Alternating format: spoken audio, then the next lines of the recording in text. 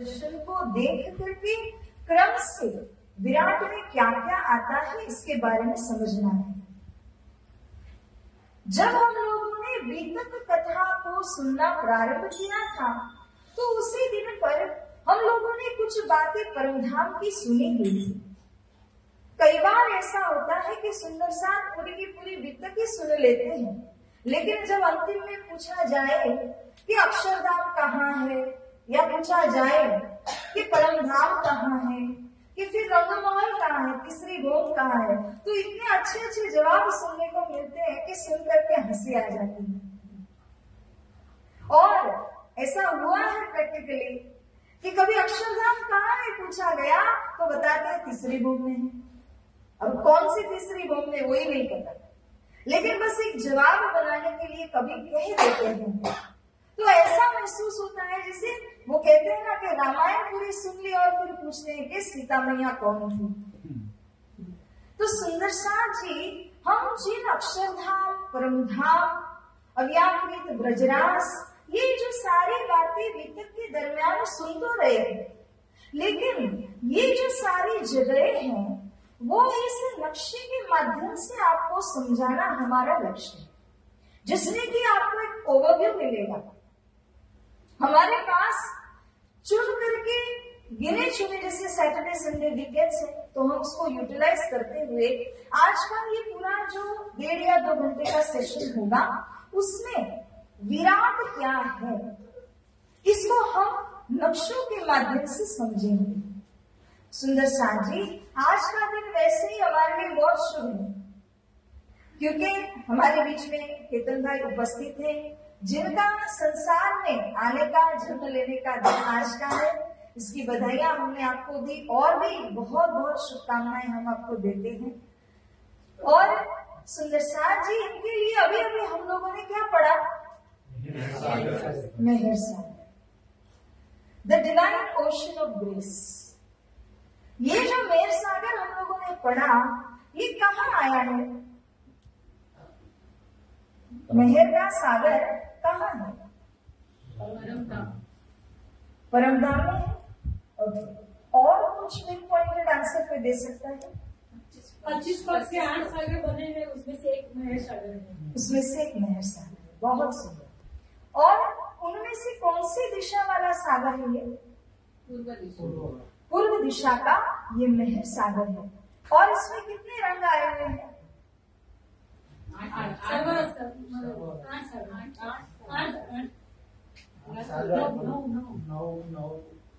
9 रंग सर्वरस यानी कि सर्व रंग, हर प्रकार के रंग इस सागर में आए हुए हैं, इसलिए किसी रंग की कोई कमी इसमें नहीं है। सुंदर साथ जी हम शुरुआत करते हैं मेहर सागर से। क्यों? इसी मेहर के सागर का अनुभव करने के लिए, in order to experience the divine grace of Shri Raj ji, हम आए हैं एक और सागर में। और वो सागर कौन सा है? हम आए हैं भवसागर में, हम आए हैं मोह सागर में। तो आप देख सकते हैं कि कहाँ हमारा मेहर सागर और कहाँ ये भवसागर, और इस भवसागर के अंदर आप कैसे यहाँ पर पड़े हुए हैं, किस तरह से आप गोते लगाते जा रहे हैं, ये सारी बातें मेहर सागर से भवसागर की वो सब हमें इन नक्शों के माध्यम से खुलस्ता होती जाएंगी। सुंदर साथ जी क्योंकि अक्षरातीत श्री राज्य श्यामा जी का स्मरण हमने किया, हम हमारी यह जो शुभ यात्रा है उसे श्री परमधाम से प्रारंभ करते हैं और यहाँ से भवसागर कैसे बना इसका जो कनेक्शन है उसको हम समझेंगे। तत्पश्चात भवसागर से क्रमश आपको कहां तक आना है? वापस भवसागर से मेहर सागर तक पुनः जाना है। तो ये जो हमारी जर्नी है कि मेहर सागर से कैसे भवसागर में आए और भवसागर से पुनः किस तरह से हम मेहर सागर तक पहुंचेंगे, यही हमें आज के इस सेशन से समझना है, यही हमें लाभ लेना है। सुंदर साथ जी अगर आप में से किसी को भी कुछ नोट करना हो तो कृपया अपने कॉपी पेन अपने पास रखें या मोबाइल में भी आप लोग कर सकते हैं, जिसमें कि कोई इंपॉर्टेंट फैक्ट्स आपको मिल रहे हैं तो आप उसको क्रमशः नोट करते जाइए। ये तो चालू है सेनश। Light keeps on changing. Is it? कर्तन बंद कर देंगे रिफ्लेक्शन लाइट दीदी देखा से नहीं कसे लाइट फेल जो थोड़ी नहीं लाइक मदद मैं तो जाके स्वीप करने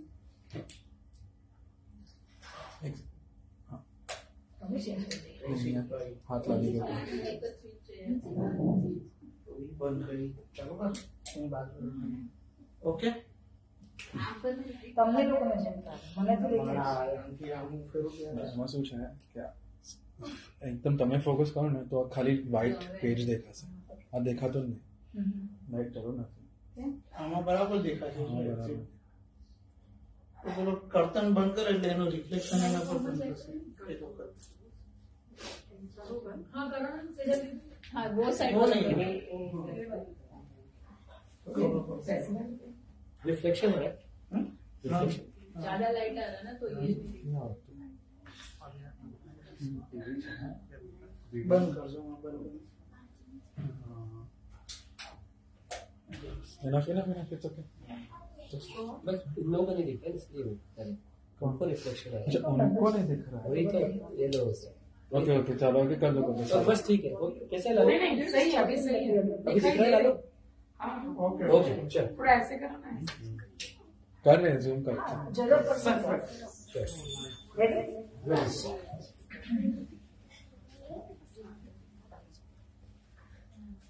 बोलिए श्री प्राणनाथ प्यारे की जय। सुंदर साथ जी, यहाँ पर आप जो दर्शन कर रहे हैं इसे हम कहते हैं श्री परमधाम। ये जो संपूर्ण परमधाम का आप दर्शन कर रहे हो यहाँ 50 करोड़ योजन की लंबाई 50 करोड़ योजन की चौड़ाई में, यानी ये सर्कुलर में गोलाकार होने की वजह से इसको हम डायमीटर कहेंगे। तो 50 करोड़ योजन की लंबाई और चौड़ाई में ये श्री परमधाम आया हुआ है। यहाँ पर श्री जमुना जी नदी को आप देख पा रहे हैं और ये जमुना जी नदी के वार में आपको अक्षरधाम नजर आ रहा है और जमुना जी के इस पार आप जाओगे तो आपको अक्षरातीत परमधाम नजर आ रहा है।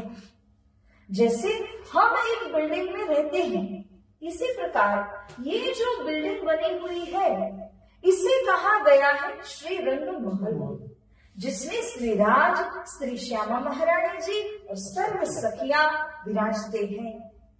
ये 9 भवन का यानी 9 स्टोरीज है और 10वीं इसकी चांदनी टेरेस है। जैसा रंग महल यहाँ पर बना हुआ है ठीक उसके सामने आप देख रहे हैं कि अक्षर ब्रह्म का अक्षरधाम भी बना हुआ है और जितनी इसकी लंबाई चौड़ाई है, जितना इसका आकार प्रकार है, इसी प्रकार से अक्षरधाम का भी आया हुआ है। लेकिन दोनों के बीच में जो आप देख रहे हैं यहाँ पे नदी कौन सी बह रही है? जमुना जी। सुंदर साथ जी, ये सब चितवनी के लिए काम आते हैं, मेडिटेशन या कॉन्टेम्पलेशन करने के लिए काम आते हैं। तो जब हमारा सेशन चल रहा होगा, जब पूरा होगा, तब भी आपको प्रश्न पूछे जाएंगे और जो सबसे ज्यादा प्रश्नों के जवाब देंगे हमारे भाई ने कमिटमेंट दिया है कि उसको गिफ्ट मिलने वाली है।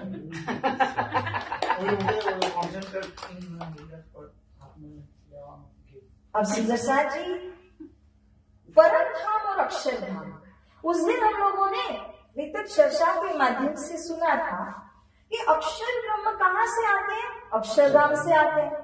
तो वही अक्षरधाम या अक्षरधाम से वो अपने सुखपाल यानी कि उनका जो हेलीकॉप्टर जितना विमान है उसमें बैठ करके श्री जमुना जी के ऊपर से होते हुए इस तरफ चले जाते हैं। जब वो इस तरफ आते हैं तो यहाँ जो रंगमहल के सामने एक प्रांगण है और उस प्रांगण को चांदनी चौक कहा जाता है।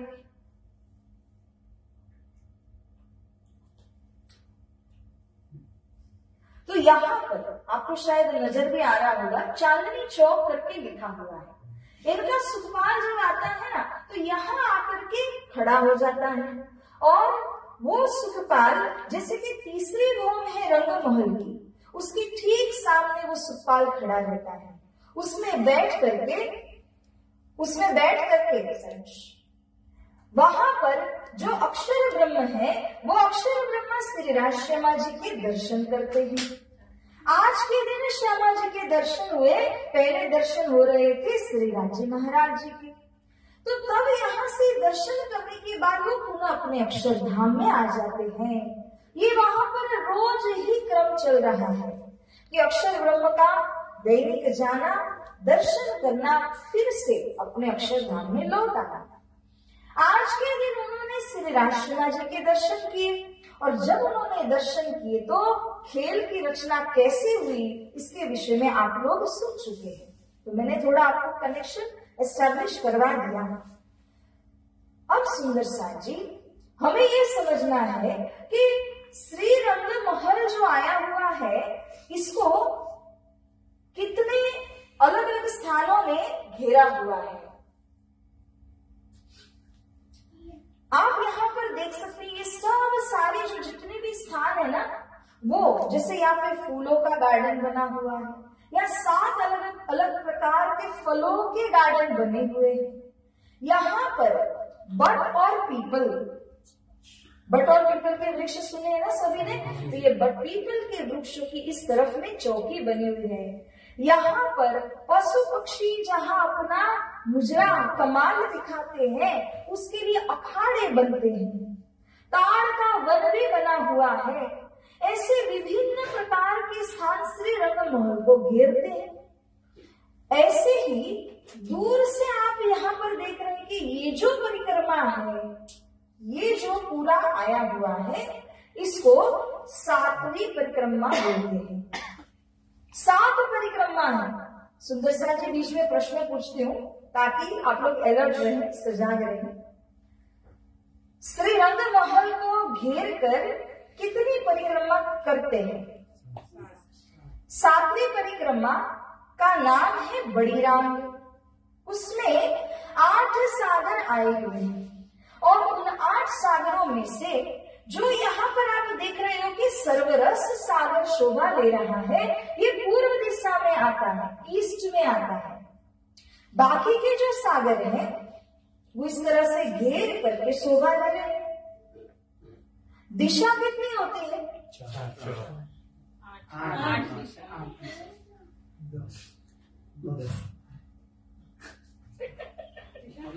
और इससे पहले कि और बढ़ जाए, मैं आगे बढ़ जाऊंगा। पहले और भूगोल के हिसाब से 4 ही होती है। 4 में तो 4 हाँ, ऐसे ही होता है। ऊपर नीचे आकाश जमीन में भी बनी केबीसी शुरू। इनकी बात बिल्कुल सही है। 10 दिशा होती है, हम बोलते नहीं है 10 दिशा। तो 10 दिशा होती है, 4 मुख्य दिशा, 4 कोण और ऊपर नीचे, इस तरह से मिला करके 10 दिशाएं होती है। तो यहाँ पर 8 दिशाओं की 8 सागर है, क्योंकि 4 कोण और 4 दिशा, इसका मिला करके यहाँ पे 8 सागर बन गए। पूर्व दिशा में कौन सा सागर शोभा ले रहा है? सर्वरस सागर, और उसका क्या नाम है? मेहर सागर, जो भी अभी हम लोगों ने किया। सुंदर साथ जी, एक बात को गौर से समझना कि जैसे सागर आपको यहाँ 8 दिशा के 8 नजर आ रहे हैं ना, इसी प्रकार से ये सारे सागर श्री राज्य के दिल में भी है। अब फॉर एग्जाम्पल, आपके माता पिता जो एक स्वरूप लेकर के बाहर भी है, लेकिन आपके दिल में है या नहीं? तो अपने दिल में भी है। इसी तरह ये 8 सागर यहाँ पर आपको 8 दिशा में नजर आ रहे हैं। इसी तरह के ये 8 सागर श्री राज्य के दिल में भी है। तो जब हम लोग मेहर सागर का पाठ करते हैं, उसके द्वारा क्या हुआ कि आप लोगों ने श्री राज्य के मेहर सागर का आह्वान किया। श्री राज्य महाराज जी के दिल में जो मेहर बसती है, उसको आपने पुकारा। You became receptive to the divine grace. इसी कारण से क्या होता है कि नीलधनी जी की मेहर को जब हम पुकार करते हैं तो वो मेहर हमारे ऊपर में बरसती है। जैसे कई लोग संकट के अंदर में क्या करते हैं, हनुमान चालीसा पढ़ते हैं, क्योंकि उनके पास हनुमान जी का आश्रय होता है। कई लोग जो माता जी के लिए पाठ करते हैं, क्यों, उनके ऊपर उनका आश्रय होता है। मगर सुंदर साथ जी हमारे साथ में साक्षात पूर्ण ब्रह्म परमात्मा श्री राजी महाराज है, और उनके दिल में जो मेहर सागर बसता है, उस मेहर सागर का आह्वान हम ये चौपाइयों को पढ़ करके जब करते हैं तो हमारे दिल में जो कोई कार्य हमने सोचा, आज के उदाहरण में देखते हैं तो भाई कीर्तन भाई के लिए हम लोगों ने सोचा कि हम सभी मेहर सागर करेंगे। तो ये जो सारी मेहर बरसती है सुंदर साथ के दिल से जुड़ी हुई श्री राजी महाराज जी के साथ में जुड़ती है, और वहां से मेहर बरसती हमारे भाई के ऊपर में। तो इस बहुत सुंदर सा उपहार सभी सुंदर साथ का हमारे कीर्तन भाई को, ऐसे ही रोज के रोज जब आप मेहर सागर करते हैं तब क्या होगा कि जो भी आपकी दिनचर्या के अंदर कोई कमी खामी है, कोई दिशा नहीं मिल रही, कोई विघ्न बाधाएं आने वाली है, वो सब की सब इस प्रार्थना के द्वारा सीधी दिशा को चली जाती है। क्योंकि श्री राजी क्या करते हैं, केवल नजर करते हैं, सिर्फ नजर करते हैं।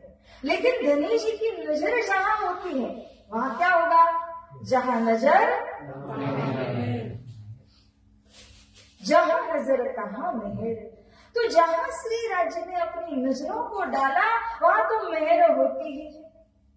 अच्छा, मेहर होने से क्या हुआ, मेहर होने से ये होता है कि जहां मेहर हुई उसके पीछे एक जुलूस चलता है।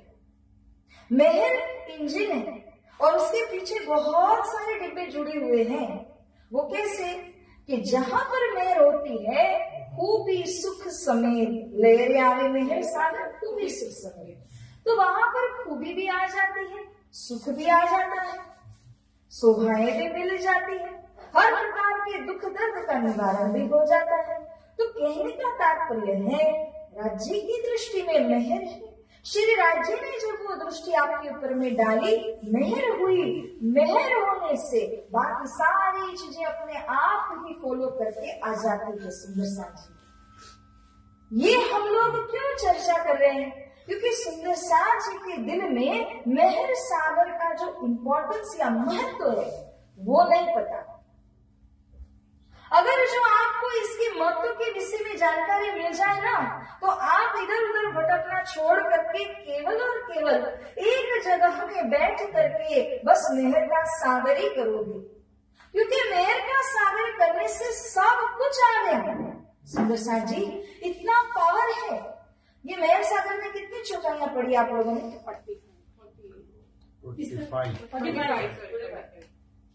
45 चौपाइयां जो आपने पढ़ी, उसको कितना समय लगा? 10 मिनट। जब गा करके कर रहे थे तो 10 मिनट, और मन में किया तो जो भी है, किसी को 5 मिनट, 3-4 मिनट जो भी लगे। कहने का मेरा ये भावार्थ है कि इतने अल्प समय में जब आपका दिल श्री राज्य से जुड़ता है और उनकी कृपा आपके ऊपर में बरसती है सुंदर साथ जी, तो हम क्यों मेहर सागर नहीं करते हैं? क्यों हमें बार बार याद दिलाना पड़ता है कि मेहर सागर पढ़ो, पाठ करो? हम अपना ही हित नहीं सोच पा रहे हैं, और वो तो हम क्या सोचेंगे और क्या देंगे? अरे खुद आत्म कल्याण तो करो। इसलिए मेहर का सागर करना बेहद जरूरी है। छोटे छोटे बच्चे होते हैं ना, उनको स्कूल में भेज करके हम ABCD, पोएट्री सब सिखाते। उसको नहीं आ रही है बेचारे को तो 2 लाफा लगा दोगे, क्यों नहीं आ रही है, सीखो। लेकिन मेहर सागर इस तरह से सिखा नहीं पा रहे। सुंदर साथ जी स्वयं भी कीजिए। आप जो करोगे संतान उसको देखकर ऑटोमेटिकली सीख जाएगी। उनको बताने की या बैठ करने की आवश्यकता नहीं है, उसको बस लेकर के रखिए अपने साथ में, वो अपने आप मेहर सागर सीखते जाएंगे और उसका प्रभाव उसके मन के ऊपर में पड़ता जाएगा। राजी महाराज जी की असीम कृपा उसके ऊपर में होती जाएगी। अब साथ जी मेहर सागर का महत्व समझ में आया। ये कौन से नंबर का सागर है परमधाम का? हुआ 8वां सागर है। और सागर जो मेहर का सुशोभा अतिलेत। 8वें सागर में हम लोगों ने मेहर के विषय में पूरी तरह से समझ लिया। जो मेहर श्रीराज जी के चरणों में रहती है, अगर आप धनी जी के चरण कमल का ध्यान करते हैं तो वो मेहर आपके साथ में जुड़ जाती है सुंदर साथ जी। तो ऐसे मेहर सागर में, अब ध्यान से सुनना, मैं प्रश्न पूछूंगी। ऐसे मेहर सागर में हम सभी सखियां जब परमधाम में थी तब कौन से दिन पर जाते थे? क्योंकि वहां परमधाम का शेड्यूल फिक्स है, एकम, बीज, तीज, है ना। तो कौन से दिन पर मेहर सागर में जाते थे? और पक्ष? शुक्ल पक्ष, कृष्ण पक्ष, ऐसे सुधी या शुक्ल पक्ष कह लो, और उसमें अष्टमी तिथि, उस दिन पर हम मेहर सागर में जाते हैं। और उससे पहले की जो 7 तिथि आती है उसमें 7 सागर हो जाते थे, और 8वें दिन पर मेहर के सागर में जाते थे। सुंदर साथ जी, ये 8 सागर में जाने की जो विशेषता है वो क्या है? हर सागर का अपना अपना एक गुण है। कोई ईश्वर का है, कोई ज्ञान का है, कोई नूर का है, कोई जोश का है। तो जिस सागर में उस दिन पर जाते हैं उसी सागर का गुण आपके दिल में उतरने लग जाता है। जैसे ईश्वर के सागर में गए तो दिल में ईश्वर की लहरें उठने लग जाती है। इलम के सागर में गए तो इलम आपके दिल के अंदर उमड़ने लग जाता है। वैसे ही अष्टमी वाले दिन जब मेहर सागर को जाते हैं तो धनी जी की मेहर पूरी तरह आपके दिल में उतरने लग जाती है। उसकी वृद्धि अपने आप दिल के अंदर में होने लग जाती है। तो सुंदर साथ जी, अब कहने का ये भावार्थ है कि जब आप श्री परमधाम के अंदर में थे उस समय में ये मेहर सागर के अंदर तो हर बार जाया करते थे, साक्षात उस मेहर की अनुभूति अपने अंदर में हुआ करती थी। लेकिन अब इस संसार में आए हैं, कारण क्या हुआ? तो ये जो अक्षर ब्रह्म है वो खेल बनाते मिटाते बनाते मिटाते ही रहते, उनका तो काम ही नहीं। आज के दिन जब श्रीराज जी का उनके ऊपर में हुक्म हुआ तो उन्होंने एक स्पेशल ब्रह्मांड को बनाया। स्पेशल क्यों बनाया? क्योंकि स्पेशल मोस्ट ब्रह्म आत्माएं इस अक्षर ब्रह्म के खेल में आने वाली थी, तो इसीलिए एक स्पेशल ब्रह्मांड को अक्षर ब्रह्म ने बनाया है। सुंदर साथ जी, अब हमारी जर्नी कहां से? जो तीसरी भूम थी रणमहल की, वहां से पहली भूम में मूल मिलावा में बैठे और मूल मिलावा में बैठ करके संसार में आए। तो ये संसार में क्या है? सागर है। सागर वो होता है जिसमें किसका पार कोई पा नहीं सकता। जरूरी नहीं कि उसके अंदर पानी ही हो। गर्भोदक समुद्र कहा जाता है, वो मोह सागर है, वही भव सागर है। तो ऐसे भव सागर के अंदर जो सखियां हैं वो आगे जाना चाहिए था कहां पर? वो मेहर के सागर में जाने वाली सखियां कहां पहुंची? भव सागर के अंदर आ पहुंची। अब साथ जी, वहां से जो मेहर का हमें कांटेक्ट होता था वो तो छूट ही गया। अब यहाँ पर जब सतगुरु और प्राणा जी आए तो उन्होंने हम सुंदर साथ को समझाया कि सुंदर साथ जी हताश मत होइए, निराश मत होइए, यहाँ पर भी आपको इस मेहर सागर का कांटेक्ट में कराऊंगा और इसीलिए मेहर सागर आपके हाथों में दिया। मगर सुंदर साथ भूल गए कि क्यों हम ये मेहर सागर कर रहे हैं। हमारे पास ज्यादा समय और बैठ करके बस समय को पसार करना, इसके लिए नहीं कर रहे हैं। We are connecting with the divine grace. श्री राज्य की इस असीम कृपा से जुड़ने के लिए आप ये मेहर सागर का पाठ करते हैं। सुंदर साथ, इसको नियम से कीजिए। क्यों? क्योंकि अगर आपको भव सागर से करना है तो आपको क्या चाहिए होगा? ये मेहर सागर चाहिए, तो आप इस भव सागर से कर सकते हैं। मेहर सागर से जुड़े बिना आप इस भव सागर से कर सकेंगे नहीं सुंदर साथ जी। तो अब हम भव सागर के विषय की चर्चा करने जा रहे हैं। याद कीजिए, पहले मूल अद्वैत में होम जहां इशक तहां इशक रब्द में भया हुकुम हक। यही तो वो अद्वैत भूमिका है जहां माया नहीं आ सकती, माया के लिए नो एंट्री। तो इसीलिए वो प्रेमास्पद भूमिका कही गई, प्रेम की भूमिका इसको कहा गया। और इस प्रेम की भूमिका में बैठे बैठे सखियों के ऊपर क्या डाला है? फरामोशी का आवरण डाला हुआ है। ये फरामोशी के आवरण की वजह से सखियों ने यहाँ बैठे बैठे ही इस संसार को देखा। कैसे देखा?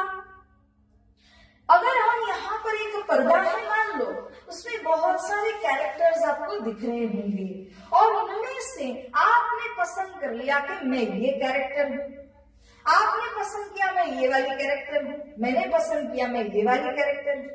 तो जिसने जिस कैरेक्टर के ऊपर में नजर डाली है और सोचा कि मैं तो ये हूँ, उसी हिसाब से उसका मन कहाँ लगा? उस कैरेक्टर में जाकर लगा। तो यहाँ पर आप समझिए कि सखियां तो यहीं पे बैठी है, इस धाम के अंदर ही विराजमान है, लेकिन अंदर बैठ करके वो क्या अलग अलग कैरेक्टर्स को देख रही हैं। इसीलिए सखियों ने अलग अलग रूप को धारण किया हुआ है। तो प्यारे सुंदर साथ जी, भव सागर कहाँ है अगर पूछा जाए तो?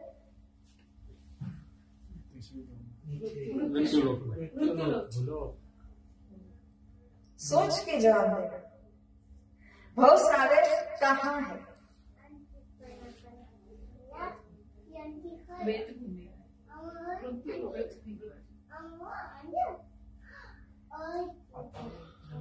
प्रथम नहीं,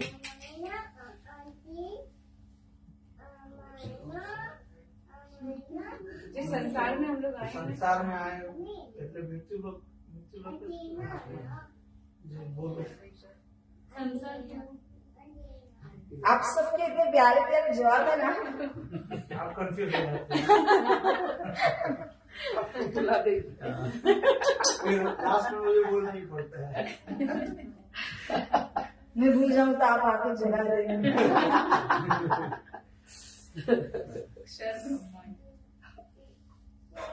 सुंदर सा जी ध्यान से सुनना। श्री राजी महाराज जी ने ब्रह्मप्रियाओं को मूल मिलावा में बिठाया और बिठा करके अब एक पर्दा बना दिया। पर्दा कोई ऐसा पर्दा नहीं है, फिजिकल पर्दा नहीं है, वो फरामोशी का पर्दा है। और उस फरामोशी के पर्दे पर भवसागर है।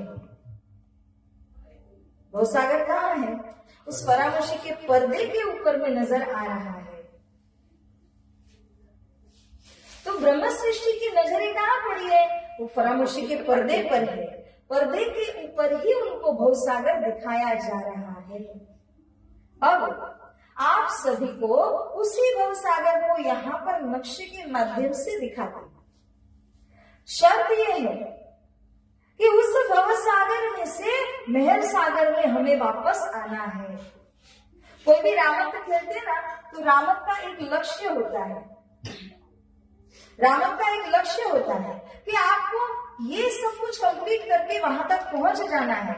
इसी तरह हम मेहर सागर से भवसागर में और भवसागर से रिटर्न कहाँ आएंगे? अब मेहर सागर में आएंगे।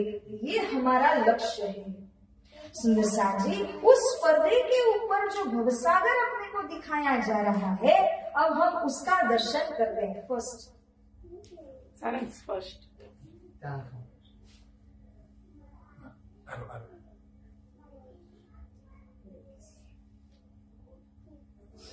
ये पूरा जो आपको यहाँ पर नजर आ रहा है, ये भवसागर का मैप है, नक्शा है। मतलब ये अक्सर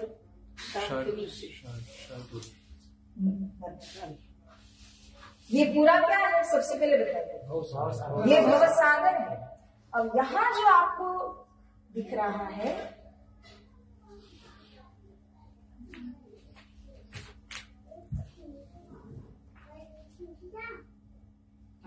ये जो नजर आ रहे हैं ना, इनको कहते हैं आदि नारायण भगवान। आप लोगों ने सुना है ना, वो कौन बोलते हैं? नारायण नारायण। कौन बोलते हैं? जिनका वो नाम लेते हैं वे नारायण। इनको आदि नारायण भी कहा गया, नारायण भी कहा गया और शर पुरुष भी कहा गया। क्यों? क्योंकि इनके द्वारा ये सारा जो संसार, आपने पूरा मैप देखा ना, वो इनका मूल यही है। अब एक और बात समझ लेना कि इनसे सारा संसार विस्तृत हुआ, एक्सपांड हुआ। तो जब ये संसार पूरा हो जाएगा तो ये सब जाकर के इनके अंदर ही बैठ जाएंगे, वापस से डिजॉल्व होकर के उनमें ही चले जाएंगे, उनमें ही मर्ज हो जाएंगे। सुंदर सा जी इन्हीं को क्या कहा, नाम बताइए? आदि नारायण या फिर और इनको क्या कहा? आदि नारायण। ब्रह्मा। आदि नारायण बहुत क्लियरिटी रखना पड़ेगा, नहीं तो सब लास्ट में जाके ना वही भेरभूरी बन जाएगी। इनके नाम क्या क्या है? पहला नारायण, आदि नारायण या शर है ना। फिर से एक बार बोलिए, नारायण शर। तो ये इनके नाम हो गए। शर यानी कि जो नाश हो जाते हैं ना, उसको क्षर कहा जाता है। शर के परे कौन है? अक्षर। अक्षर यानी कि जो कभी नाश नहीं होते हैं, is the imperishable, is immutable. तो ऐसे अक्षर ब्रह्म है। अक्षर ब्रह्म ने शर ब्रह्म को बनाया है। तो सुंदर सा जी, अब आपको ये समझना होगा, मैं वापस से एक बार जूम आउट करके आपको पूरा मैप दिखाऊंगा। इस पूरे मैप के अंदर जितना विस्तार आप लोग देख रहे हैं ना, वो सब किनके द्वारा बना? शर पुरुष या आदि नारायण, नारायण जी के द्वारा बना। तो कैसे बना?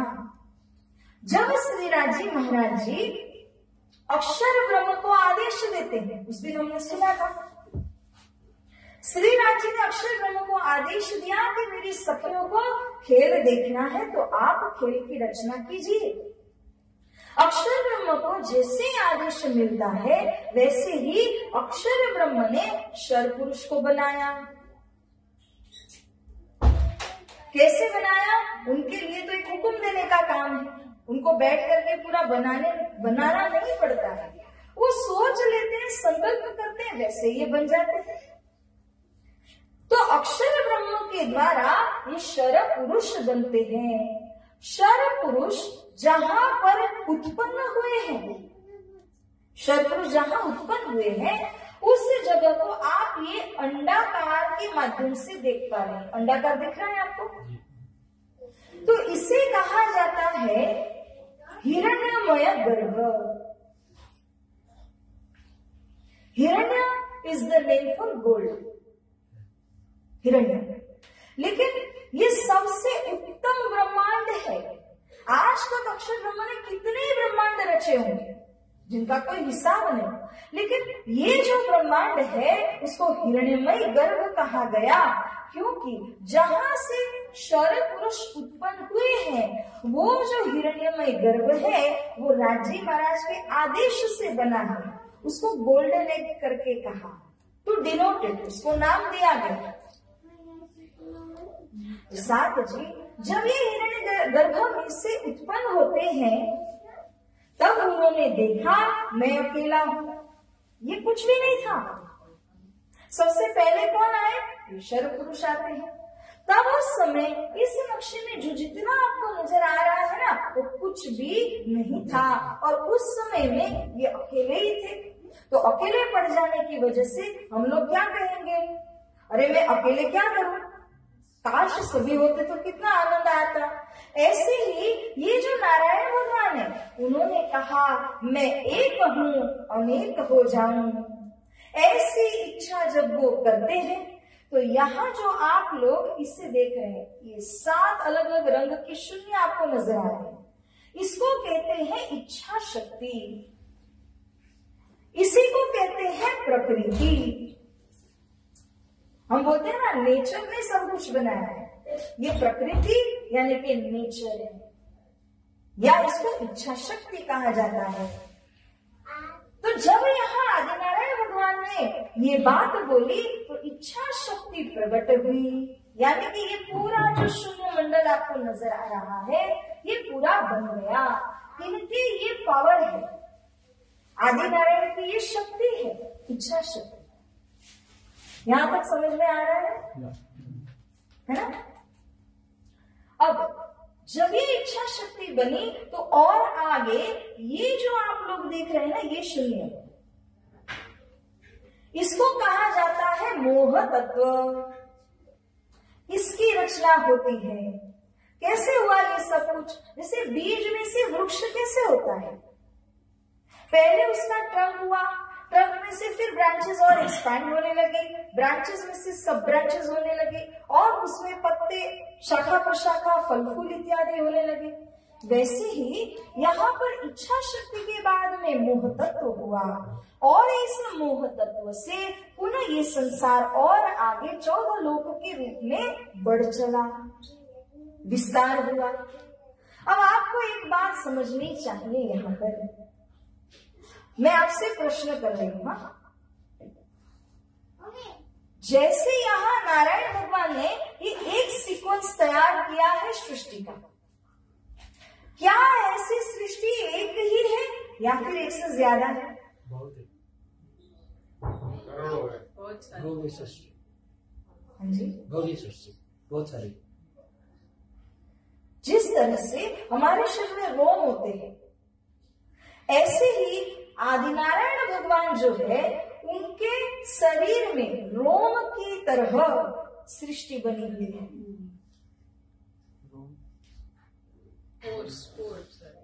और these pores that we have. तो जितने हमारे शरीर में ये रोमकूप बने हैं, इतने ही आदिनारायण भगवान ने संसार बनाए हैं। और सुंदर साथ जी, इसके अंदर हम लोग अब इस विस्तार में आए हुए हैं।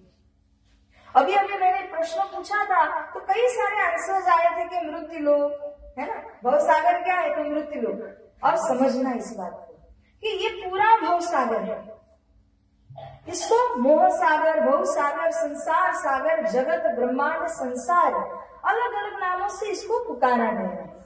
और इसमें से आप लोग जो मृत्युलोक कह रहे हैं ना, वो ये है, only this portion is called मृत्युलोक, मॉर्टल वर्ल्ड। हमें समझना क्या है, हम जब परम धाम से संसार में आए, भव सागर में आए, भव सागर में कहा आए? मृत्यु लोक में आए।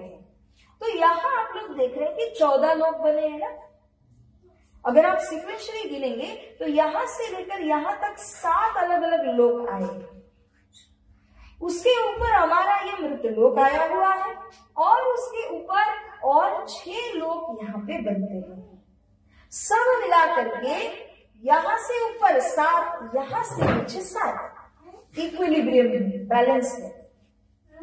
तो यहाँ 14 लोक बने हुए हैं।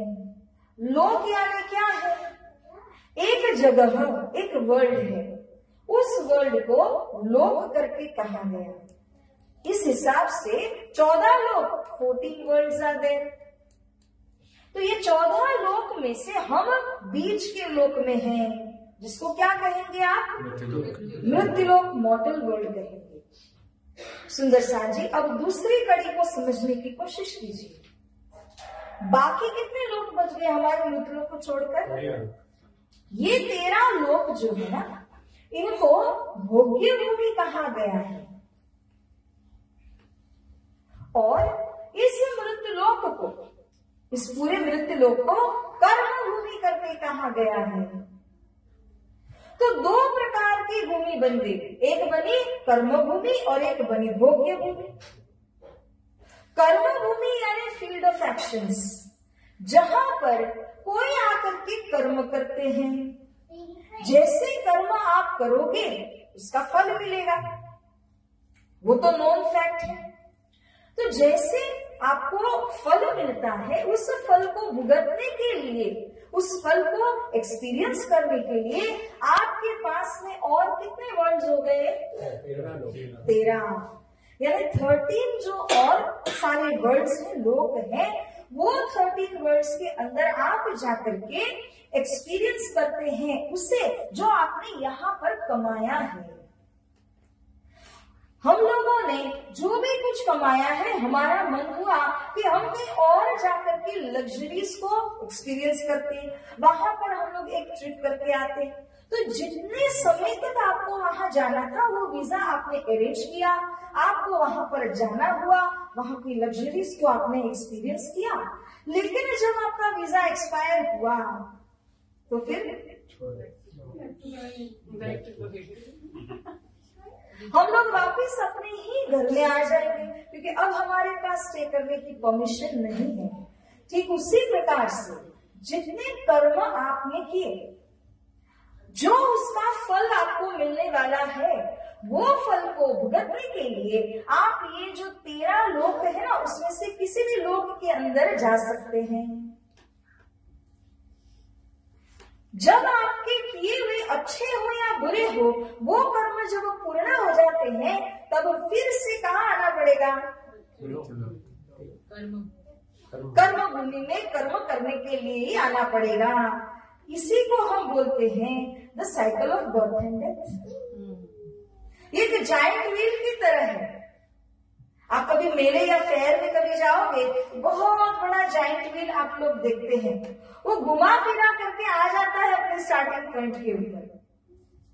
वैसे ही कभी ऊपर, कभी नीचे, कभी बीच में, लेकिन ये पूरा जाइंट व्हील जो है वो रोटेशन चलता ही रहता है। जन्म मरण, जन्म मरण, जन्म मरण होता ही रहता है। अब सुंदरसान जी ध्यान से प्रश्न को सुनना और जवाब देना कि ये जो cycle of birth and death है, जन्म मरण का आवागमन का चक्कर जिसको बोलते हैं, वो अच्छा है क्या?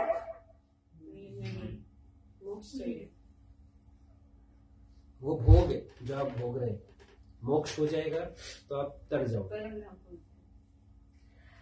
अर्थात कि जब तक आप जन्म मरण के चक्कर में हैं, हर बार जरूरी तो नहीं है कि अच्छे ही कर्म होते हैं, हर बार जरूरी नहीं है कि बुरे ही कर्म होते हैं, लेकिन जैसे कर्म आप लोगों ने किए उसका फल अपने को ही भुगतना है, और कोई भुगतने के लिए आने वाला नहीं है। वो कितना ही हमसे क्लोज क्यों न हो, परंतु कोई नहीं किसी के संग, दुख सुख ले ले अपने अंदर। नाना जी ने कहा ये वाणी के अंदर कि कोई आपके दुख सुख या पाप पुण्य को भोगने के लिए नहीं आने वाले, वो आप ही को भोगना पड़ेगा। तो जो इस जन्म मरण के चक्कर के अंदर में पड़े हुए हैं साथ जी, वो सब कोई कभी नरक कुंड जाते हैं, कोई स्वर्ग जाते हैं, तो कभी वैकुंठ जाते हैं, कभी मृत्यु लोक में वापस जन्म लेकर के आते हैं। तो वो सब कहाँ खेल रहे हैं? 14 लोक के अंदर ही खेल रहे हैं। समझा लो? नेपाली में क्या बोलते हैं? समझ गए ऐसा? भयो?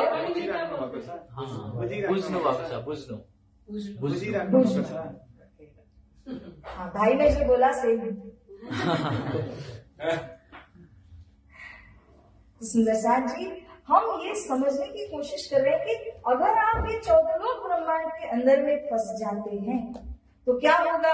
कभी नर्क स्वर्ग, कभी वैकुंठ, फिर से मृत्यु लोक। यही चक्कर चलता ही रहता है, चलता ही रहता है नॉन स्टॉप। और इसी का नाम है भव सागर। भव में क्या हुआ? हम जिसे बोलते हैं ना भव, हो जाता।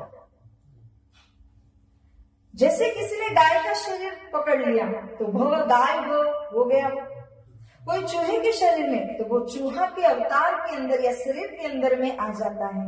इसी को बोलते हैं भव सागर, जहां आप अलग अलग शरीरों को धारण करते हैं। तो हमारा लक्ष्य ये सब कुछ सीखने का वो क्या है सुंदरसान जी? भव सागर से तर जाए। अच्छे कर्म करो। सागर से तरना, और सागर से मेहर सागर तक जाना। बाहर का वीसा चाहिए जो एक्सपायर नहीं होगा। मेरी ट्रू लाइफ टाइम वीसा चाहिए। Life green card holder. यार डेबिट क्रेडिट सही होना चाहिए कि बैलेंस शीट ऊपर ले जाए। ये अकाउंटेंट बोला। वहाँ पे जाके वापस आना ही नहीं। नहीं। वहाँ पे दूसरे किसी का भी पासपोर्ट नहीं लेना है, उधर का ही बस। बहुत अच्छे लगे आप लोगों के जवाब। अब हमारे बीच में भावना जी उपस्थित हैं, उनको पूछते हैं।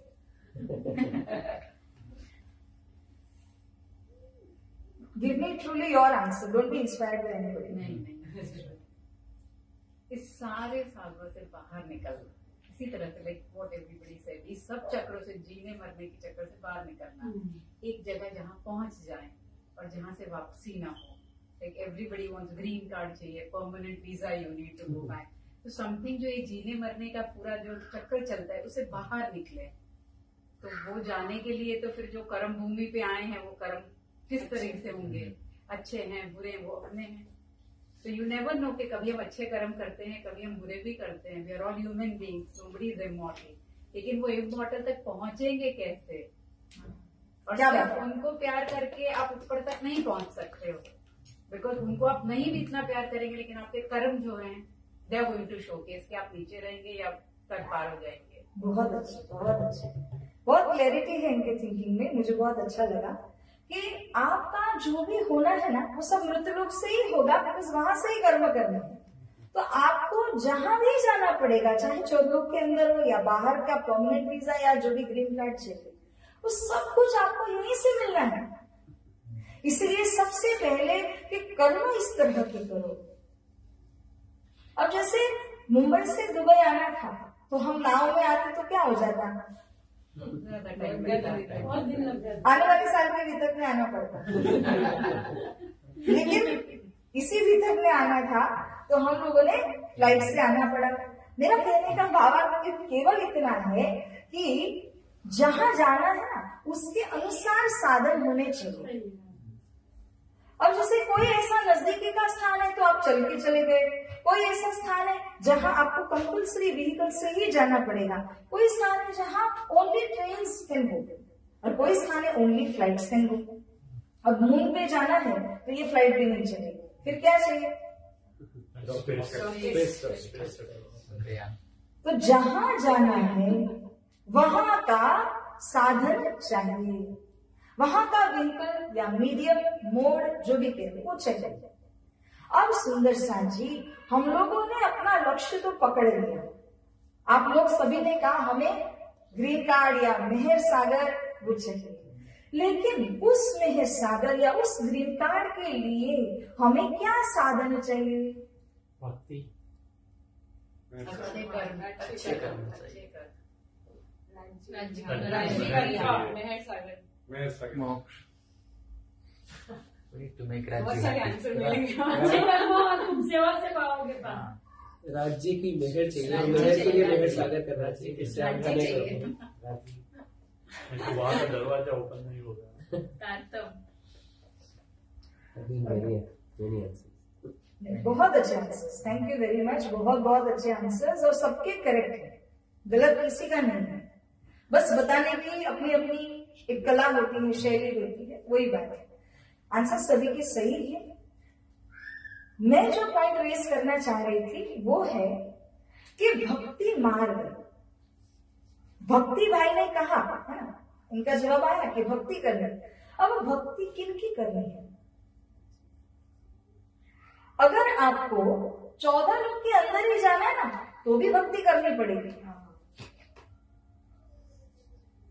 जैसे यहाँ पे आपको ब्रह्मा विष्णु और महेश जी नजर आ रहे हैं, तो अगर उनको भी पाना है तो भक्ति तो चाहिए, उनकी भक्ति कर लो तो उनका धाम मिल जाएगा।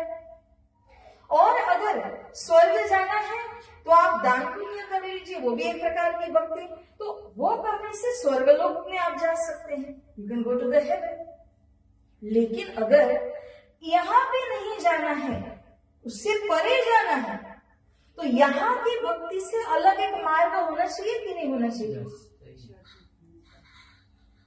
भक्ति मार्ग कितने हैं? अगर आप लोगों ने कभी सुना है, कितने भक्ति मार्ग हैं? ऑप्शन 1, प्रेम लक्षण भक्ति, ऑप्शन 2, निष्काम भक्ति, हाँ तीसरा, और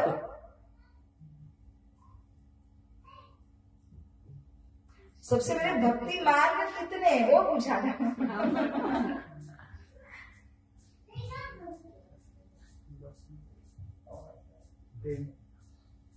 बस ओके, और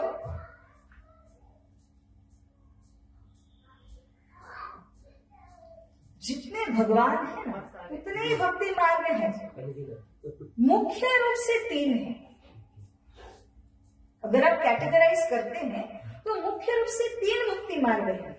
पहला वो जिसमें आपको अगर ब्रह्मा विष्णु महेश अथवा किसी देवी देवताओं की उपासना करनी है तो उस भक्ति मार्ग को नवदा भक्ति मार्ग कहा जाता है। नवधा जिसमें 9 अलग अलग प्रकार के अंग हैं। पूजन करना, आरती करना, चर्चा करना, ऐसे ऐसे मिला करके 9 अलग अलग अंग उसके अंदर है, इसीलिए उसको नवधा करके कहा। वो एक ऐसा भक्ति मार्ग है जिसके द्वारा आपको त्रिदेव यानी ब्रह्मा विष्णु महेश जी की प्राप्ति हो सकती है। अब क्लैरिटी रखना, हर एक भक्ति मार्ग में। अब इसके बाद में दूसरा, ये सारे जो भक्ति मार्ग है ना वो सब आपको मृत्युलोक से ही करना है। दूसरा भक्ति मार्ग जो है वो आपको ये जो शून्य मंडल नजर आ रहा है, जिसको हमने प्रकृति, इच्छा शक्ति ऐसे नाम दिए है, वहां पर अगर किसी ने जाना है तो उसके लिए एक और भक्ति मार्ग है जिसके द्वारा निराकार फॉर्मलेस उसको पाया जा सकता है। और उस फॉर्मलेस को पाने के लिए अष्टांग योग भक्ति मार्ग है। इसको बोलते हैं अष्टांग योग। अष्ट 8 अंग उसके हैं, 6 उसके उप अंग भी हैं। यम, नियम, आसन, प्राणायाम, प्रत्याहार, धारणा, ध्यान, समाधि, ये सारे उसके 8 अंग हो गए।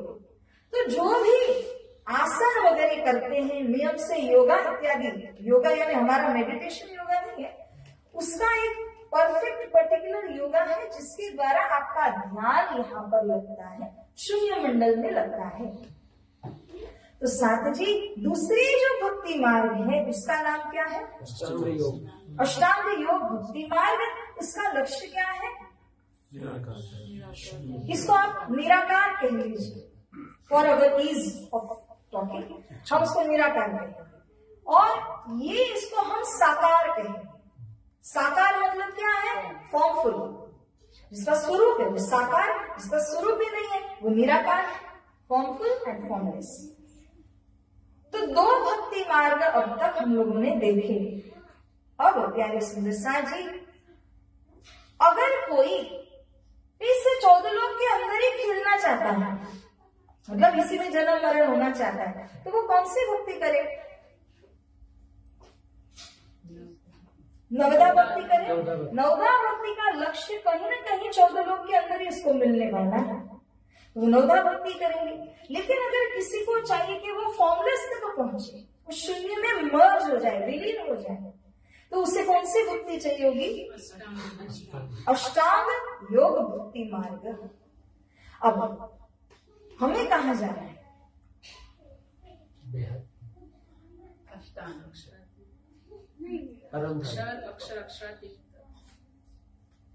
आपने क्या बोला? नहीं, आपका डेस्टिनेशन कहाँ है? अक्षर पुरुष यहाँ जाना है।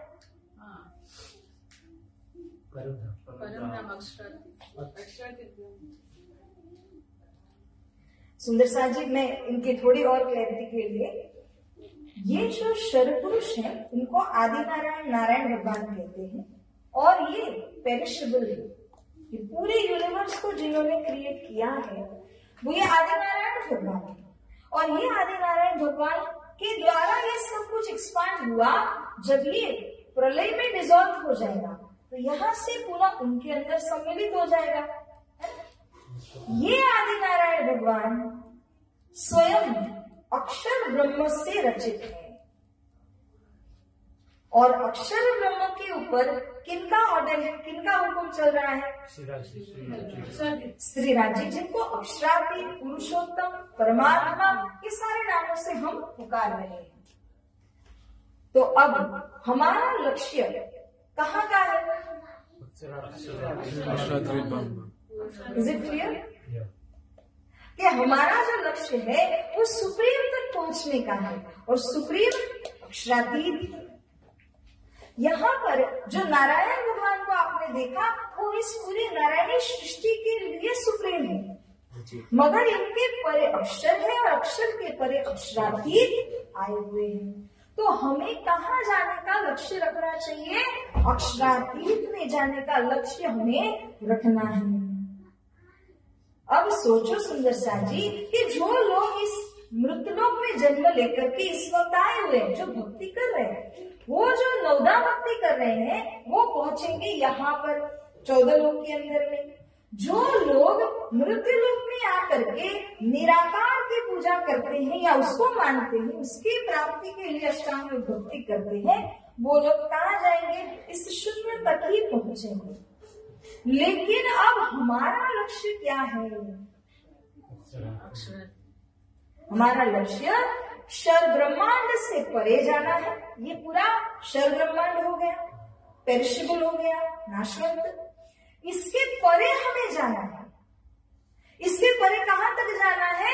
अक्षरातीत परम धाम को जाना है। क्लियर? 100%। तो हमारा लक्ष्य अक्षरातीत का है। अब अक्षरातीत को कैसे पाया जाए? 2 भक्ति मार्ग हमने देखे, वो 2 में से कुछ काम आएगा? नवदा भक्ति करोगे यहाँ तक साकार तक जाओगे, अष्टांग योग भक्ति करोगे तो निराकार तक जाओगे, मगर आपको कहाँ जाना है? आप ही ने कहा अक्षरातीत तक जाने के लिए तो हमें क्या चाहिए? और एक भक्ति मार्ग। इसलिए 3 भक्ति मार्ग है। ये जो 2 नाम अभी अभी आप लोगों ने सुने, इसको अपरा भक्ति मार्ग कहा गया।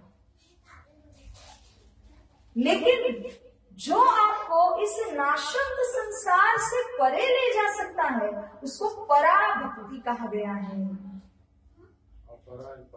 अपरा एंड परा, जो आपको इस पेरिशेबल यूनिवर्स के अंदर ही मुक्ति दिलाए, उसको अपरा कहेंगे, और जो आपको इसके परे ले जाए उसको आप परा भक्ति मार्ग कहेंगे। तो साथ जी, हमें अपरा चाहिए कि परा? परा भक्ति का नाम आप सुनिए, इसको कहते हैं परा दशधा प्रेम लक्षणा भक्ति मार्ग। बोलिए श्री प्राणनाथ प्यारे की। परा दशधा प्रेम लक्षणा भक्ति मार्ग इसको कहा जाता है। नवदा में कितने अंग थे? अष्टांग योग में 8 अंग थे। दशधा 10 अंग आए हुए हैं। ये 10 अंग में से सबसे मुख्य प्रेम है।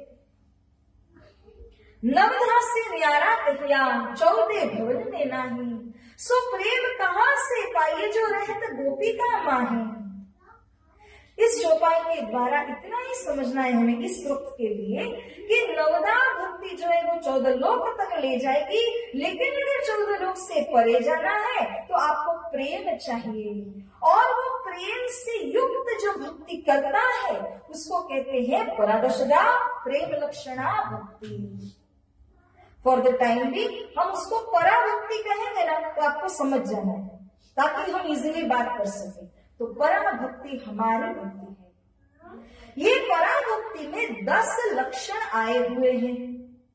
जैसे हम लोग जो स्मरण करते हैं वो भी परम धाम का करते हैं, जो प्रेम करते हैं वो भी श्री राज्य महाराज जी से करते हैं, हम जो चितवनी करते हैं वो भी श्री राज्य महाराज जी की करते हैं।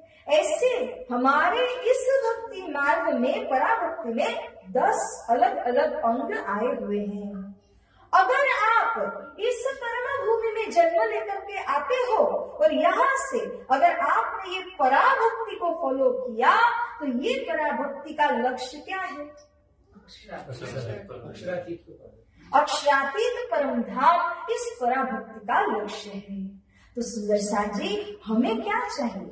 आप सोचिए, लॉजिकली भी सोच करके देखिए कि सब कोई इस मृत्यु लोक में जन्म लेकर के आते हैं, लेकिन कोई नवदा के भक्ति के मार्ग में चले जाते हैं और कोई अष्टांगिक भक्ति मार्ग में चले जाते हैं।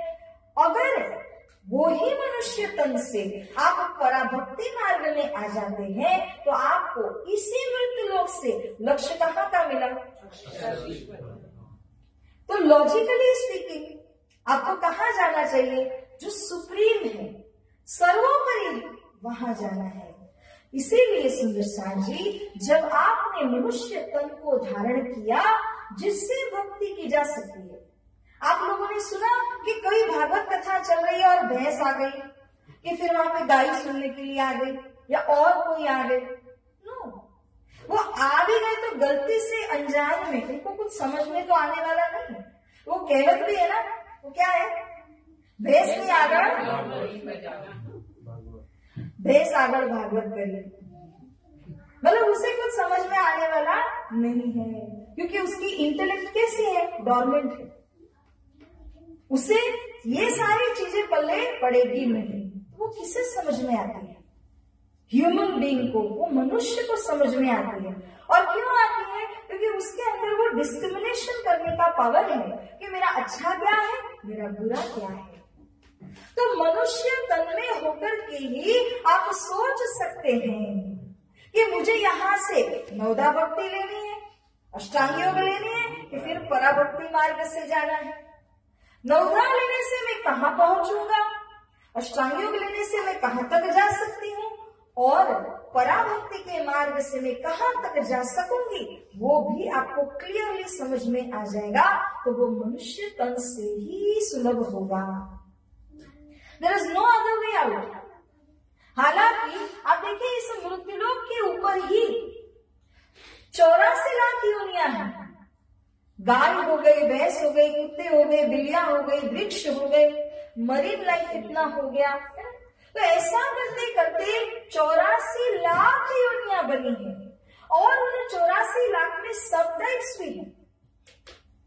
उस दिन भी मैंने कहा था जैसे एक डॉग स्पेशी आप लेते उसमें कितनी ब्रीड्स आ गई, कितने प्रकार हो गए, वैसे हर स्पेशीज के अंदर में अलग अलग उसकी ब्रीड्स या सब स्पेशीज भी बनती हुई जाती हैं।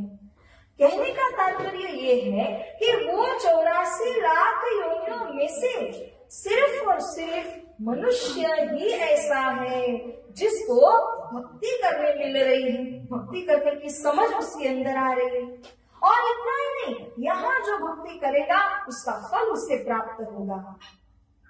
ऑन द कॉन्ट्ररी, अगर कोई ऐसा है जो मनुष्य तन में आया मगर उसका मन बिल्कुल भक्ति करने में नहीं लगता है, वो मनमाने जीवन को व्यतीत करता है, तब क्या होगा? वो इसी चक्कर के अंदर में पड़ा रहेगा, उठने का कोई चांस नहीं।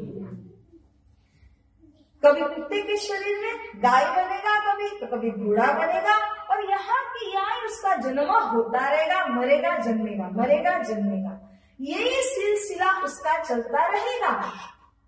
तो हर योनि में अगर वो जाता है उसे कितने दुख कष्ट का सामना करना पड़ता है।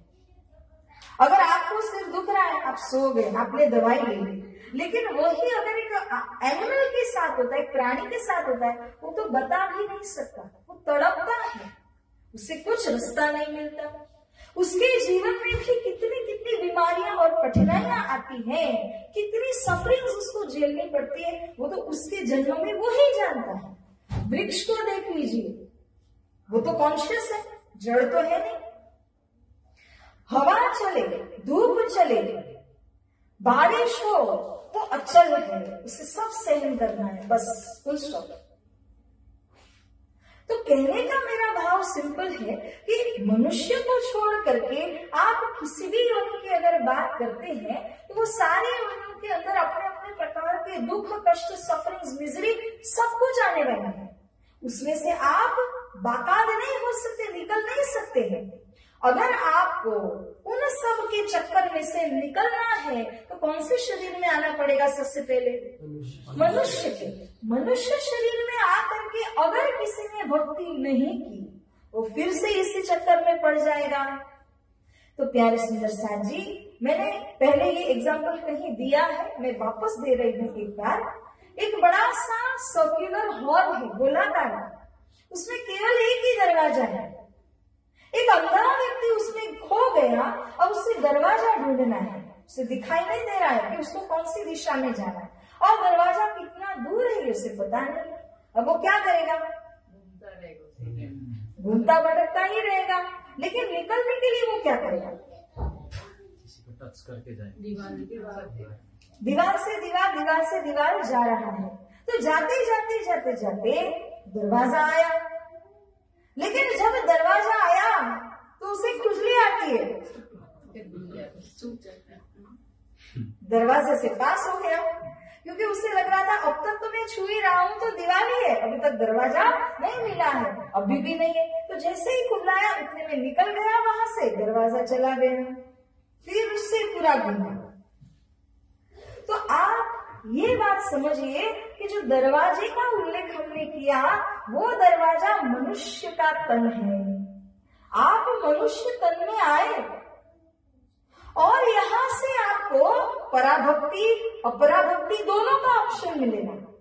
लेकिन अगर इसी में गोल गोल घूमते रह गए तो कोई ऑप्शन नहीं है बाहर निकलने का। तो दरवाजा क्या है? वो मनुष्य तन ही आपका एकमात्र दरवाजा है।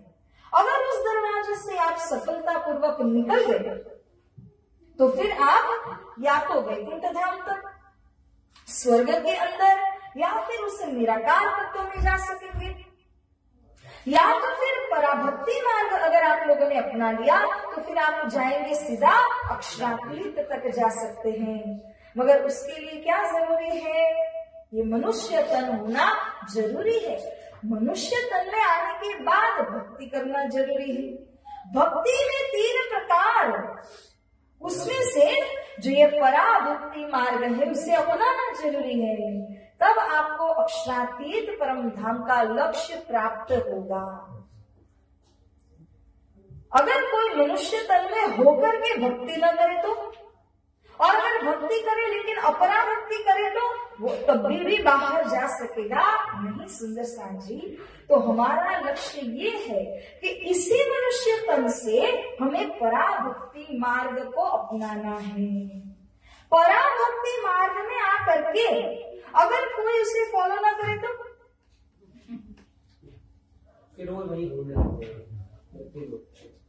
तो लेना या नहीं लेना, मतलब भक्ति मार्ग में आना या नहीं आना, तो बराबर हो गया।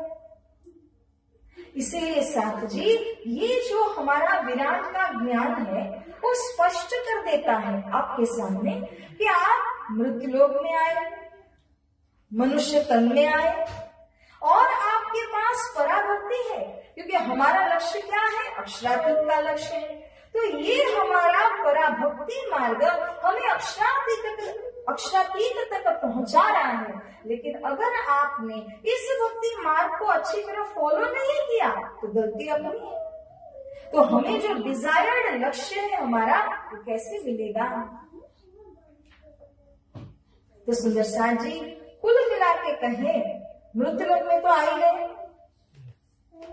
मनुष्य तन भी मिल ही गया, मनुष्य तन में आने के बाद पराभक्ति मार्ग भी मिला, लेकिन हमारे अंदर वो अंडरस्टैंडिंग होनी चाहिए कि पराभक्ति मार्ग और अपराभक्ति मार्ग में क्या अंतर है।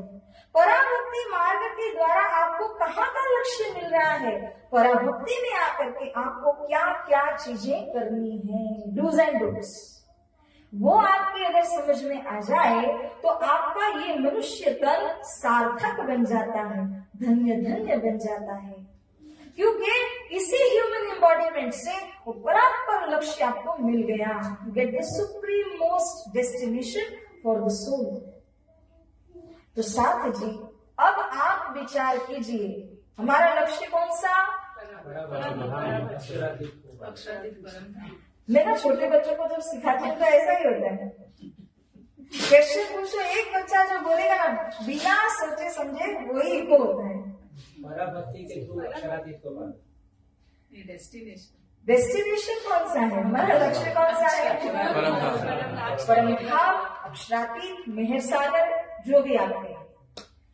और वहां पर जाने के लिए 3 में से कौन सा भक्ति मार्ग चलेगा? पराभक्ति, जिसको और विस्तार से बताइए क्या नाम है?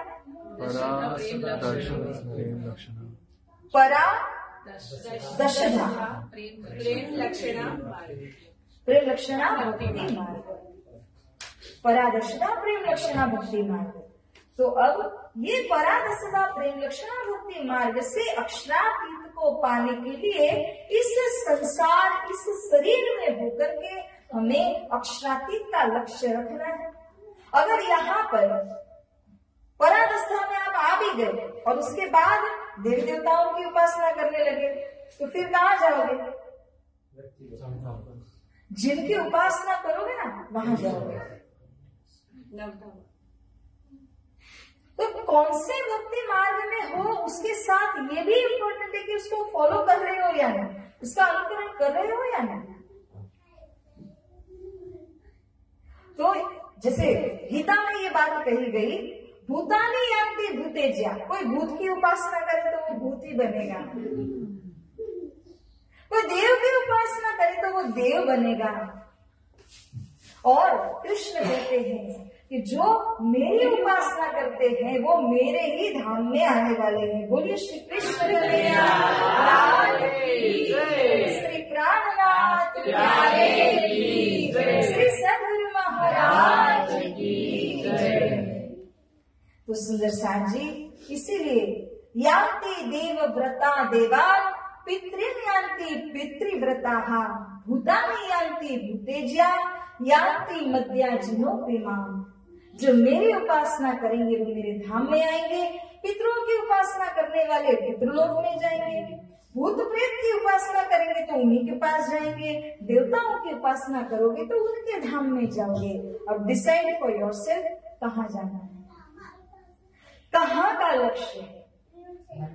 ये हमारे अहोभाग्य है सुंदर साथ जी कि हमें ये परादशदा का मार्ग देने में आया। आप ये परादशदा के मार्ग में आए, वो किनके कृपा से हुआ है? सोच के बताएं। ये परादशदा मार्ग में आप जो आ गए वो किनकी कृपा से आ गए? इतना सोचना पड़ता है।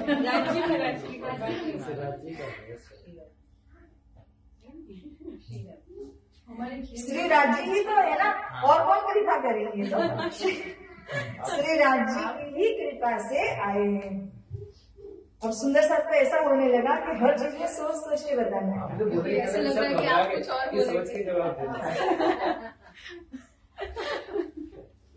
तो कृपा करने वाले श्री राज जी महाराज, श्री राज जी ने कृपा की, इसीलिए श्री राज जी ने स्वरूप धारण किया। और वो कहाँ आए?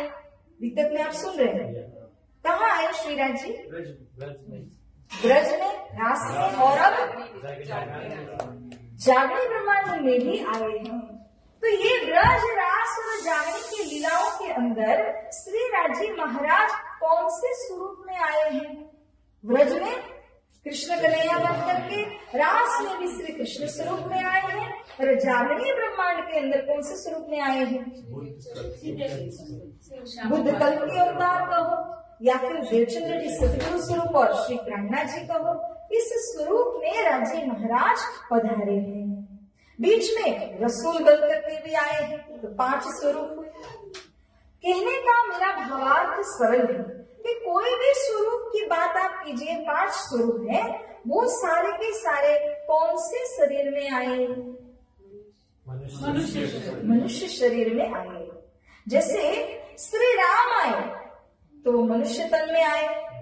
क्या उनको नहीं मालूम था कि सीता का हरण किन्होंने किया है? लेकिन मनुष्य तन में आए हैं तो मनुष्य तन की कुछ लिमिटेशंस हैं, कुछ कमियां हैं। इसी को नजर में रखते हुए उन्होंने क्या किया कि सब जगह ढूंढते ढूंढते जंगलों में होते हुए और वानर सेना को साथ में लेकर के लीला की। लीला करके वो लक्ष्य तक पहुंचे। क्योंकि दुनिया के लोगों को ये न लगे कि अरे राम जी आए, उनके पास तो स्पेशल पावर्स थी, आ करके सीधा अपना काम बना के चले गए। नो, उन्होंने वही रूट लिया, उन्होंने वैसे ही चाल चल करके दिखाई जैसे एक मनुष्य चलता है। उसकी जितनी लिमिटेशंस थी उस सारी लिमिटेशंस को लेते हुए उन्होंने सीता मैया को वहां से छुड़ाया। मेरा पॉइंट ये है कि ऊपर से आया हुआ एक इनकारनेशन, एक अवतार जब मनुष्य तन में आता है तो वो यहाँ की मनुष्य तन की जितनी कमी है, खामी है, लिमिटेशंस है, वो सबके साथ ही लीला करते हैं। बात आई समझ में? वो कोई अलग प्रकार के नहीं दिखेंगे आपको, मनुष्य जैसे ही दिखेंगे। ठीक इसी तरह जैसे श्री राम आए और श्री राम जी ने आकर के आपको इस प्रकार से यहाँ की लीला बताई, वैसे ही सुंदर सा जी, वैसे ही अक्षरातीत परम धाम से, जो अभी अभी हमने पहले लक्ष्य के अंदर देखा था, जहाँ राज्य और अक्षरधाम, ये दोनों धाम को हमने देखा था, वहां से इस भूसागर के अंदर श्री राज्य और श्यामा जी भी जब आए तो वो भी कौन से स्वरूप में आए? तो वो कैसे दिखते हैं? मनुष्य की तरह ही दिखते हैं। तो इंद्रावती सखी ने कहा भेष बदल कर आए। कैसे आए? साक्षात। भेष बदल आए साक्षात।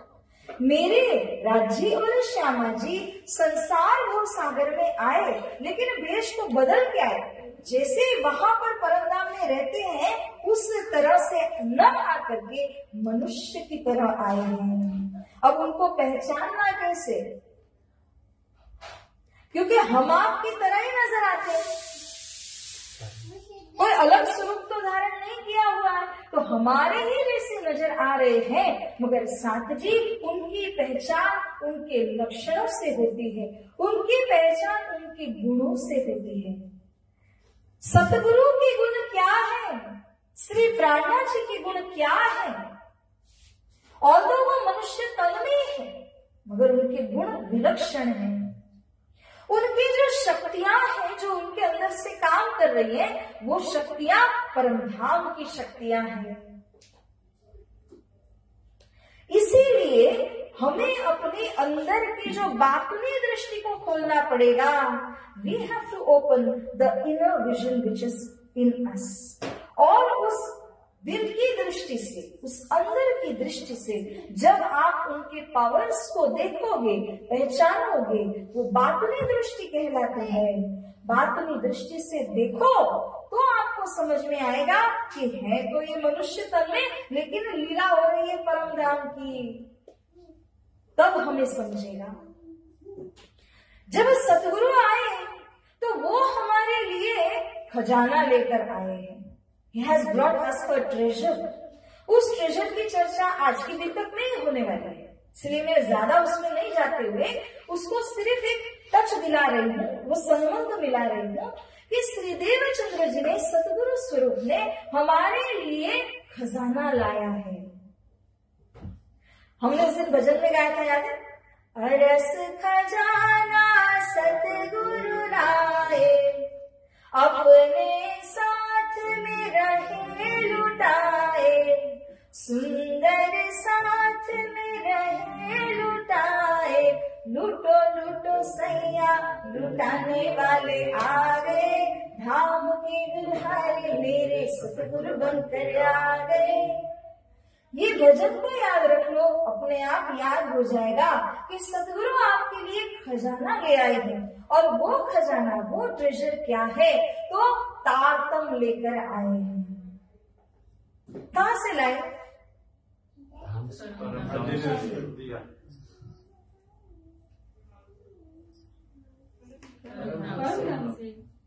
Thank you. परम धाम से लेकर के आए हैं। तो परमधाम से जब वो तारतम लेकर के आए तो सबसे पहले उन्होंने यहाँ पर साथ को जगाना शुरू किया। एक के बाद एक के बाद एक परमधाम के ही साथ उनको मिलने लगे। जब उनको जगा रहे थे उनमें से एक और उनको मिल गए और उनका नाम श्री महराज है। श्री महराज जिनके माध्यम से श्री राज्य महाराज पधारे। श्यामा जी ने जो ह्यूमन एम्बॉडीमेंट को धारण किया उसको श्री देवचंद्र जी कहते हैं, और इसी तरह से श्री राज जी ने जो ह्यूमन एम्बॉडीमेंट को धारण किया हुआ है उसको श्री महराज कहते हैं। और ये दोनों ही स्वरूप ने परमधाम का वो खजाना एक ने उतारा और एक ने फैलाया। श्री देवचंद्र जी ने इतनी मेहनत, इतनी तपश्चर्या की कि श्री राज जी को प्रसन्न किया। श्री राज जी ने उनको वो खजाना दिया और अब इस खजाने को प्राप्त कर लेने के बाद इसे सबको देना भी पड़ेगा। हम होते तो हम देते क्या? कोई नहीं देता, लेकिन ये तो आए हैं ही खजाना लुटाने के लिए, इसलिए सामने चल करके कहते हैं लूटो लूटो सैया। मगर हमारी क्या हालत है? वो लूटने की कैपेसिटी नहीं हो रही है हमारी। वो सामने से कहते हैं लूट लीजिए इस खजाने को, मगर हम लूट नहीं पा रहे हैं। हमारा माइंडसेट ही वो नहीं है कि आपको जब पता चले कि ये खजाना है तो ही लूटोगे ना, मगर खजाना है करके ही नहीं पता है, आप अप्रिशिएट ही नहीं कर पा रहे कि ये खजाना है, तो लूटने की भी बात नहीं है। सुंदर साची, पहले तो खजाने को पहचानो कि ये कैसा खजाना है, उसे लूटने से मुझे क्या लाभ मिलने वाला है, तो ही आप उसको लूटोगे, तो क्यों लूटोगे? सुंदर साजी, ये जो सतगुरु जो तारतम ज्ञान लेकर के आए हैं, इसकी खुल करके बहुत चर्चा आज ही की मजल में होगी, लेकिन मैं कनेक्शन देने के हिसाब से बात कर रही हूँ कि जो खजाना सतगुरु धनी देवचंद्र जी ने लाया उसी को फैलाया श्री प्राणनाथ जी ने। तो मैंने जो प्रश्न आपसे पूछा था कि किन की कृपा से, अभी अभी पूछा था ना, और आप लोग सोच में पड़ गए थे, तो किन की कृपा से हमें ये चीज मिल रही है, ये परादशता भक्ति किन की कृपा से मिल रही है? मूल कृपा श्री राज जी की। श्री राज जी ने आदेश दिया सतगुरु प्राणनाथ जी के ऊपर में, तो उनकी कृपा से ही हमें मिल रहा है। अगर वो इस ह्यूमन एम्बॉडीमेंट के अंदर नहीं आते, मनुष्य तन में नहीं आते, हमारे जैसे शरीर में न आते, तो ये चीज हमें प्राप्त होने वाली नहीं है। सोचिए ना, स्वर्ग लोक की गंगा जी को उतारने के लिए कितनी तपस्या करनी पड़ी थी। वैकुंठ से अगर कोई भी राक्षस को मारने के लिए भगवान को आना पड़ता है, तो यहाँ राक्षस कितना अत्याचार फैलाता है, तब जाकर के भगवान जी आते हैं, ऐसे ही नहीं आते। जब स्वर्ग, ये देखिए, ये वैकुंठ है, ये तो 14 लोक के अंदर ही आ गए, लेकिन बावजूद इसके जो यहाँ से उतार को आने के लिए इतना सब कुछ करना पड़ रहा है, तो फिर आप सोचो कि जब श्री परम धाम से अगर उस ज्ञान, उस खजाने को यहाँ पर उतारना पड़ा, तो कितनी मेहनत करनी पड़ी होगी। वो सारी मेहनत धनी देवचंद्र जी ने की है। हमें क्या लगता है, हमें तो जाकर के अपने गुरु जी के पास सिर नमाना है और तारतम को लेना है, मंत्र लेना है, तो हमें उसमें भी इतना कष्ट पड़ता है। मगर जब मंत्र उतारा है उन्होंने, उतारने में कितनी मेहनत और कितनी तपस्या उनको करनी पड़ी। सुंदर साथ जी, इसके ऊपर विचार करके देखिए। हम सभी को तपस्या करने के बाद जो प्राप्ति हो सकती थी, जो फल मिलने वाला था, हमारे हिस्से की वो सारी तपस्या श्री देवचंद्र जी ने कर ली है। 12,000 सखियों के लिए अकेले उन्होंने मेहनत की, तो ये मंत्र और ये तारतम ज्ञान संसार में उतरा है। और अब हमें केवल इतना ही करना है। क्या करना है? श्री राज जी की कृपा हुई, यस। सतगुरु की कृपा हुई, यस। श्री प्राणनाथ जी की कृपा हुई, यस। अब एक ही कृपा बाकी,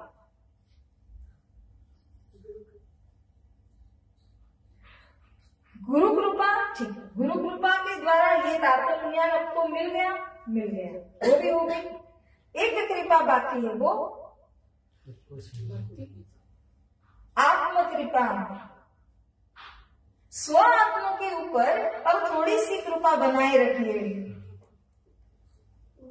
अगर जो कोई आत्मा के लिए, आत्मा के उद्धार के लिए सोचता है तो वो इस खजाने को छोड़ेगा नहीं, और अगर उसे ये खजाना ही ना लगे तो फिर उसके पीछे पड़ने का तो कोई सवाल ही नहीं उठता है।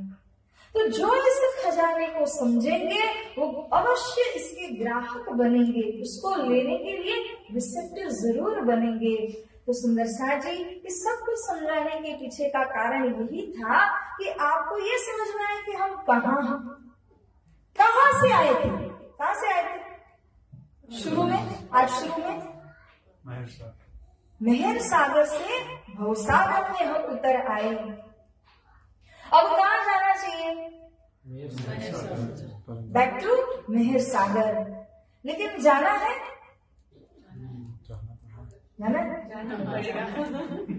नहीं पड़ेगा वाला है।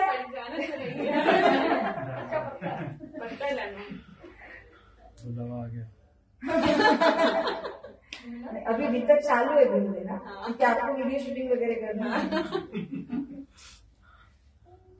तो सुंदर साथ जी हम मेहर सागर से आए, मेहर सागर में ही वापस से जाना है, परम धाम में ही वापस से जाना है। और इसके लिए ये जो आत्म कृपा करने की आवश्यकता है, समझो समझे बिना सुख पार को नहीं। जब तक नहीं समझोगे तो ये पार का सुख अपने को मिलने वाला नहीं है। तो प्यारे सुंदर साथ जी कहाँ है मृत्यु लोक में, कहाँ जाना है? मेहर सागर में। ये पूरी सृष्टि को क्या कहा जाता है? भवसागर कहोगे। दूसरा नाम दीजिए इसका,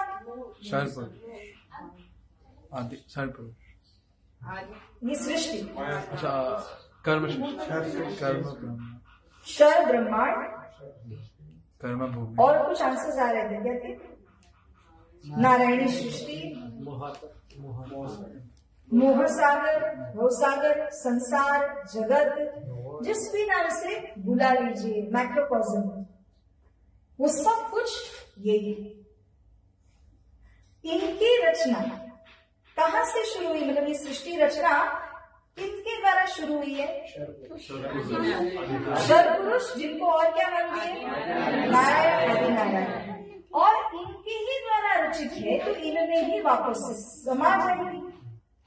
ये एक ब्रह्मांड है, ये ज्यादा है, बहुत सारे हैं, अगिनत हैं।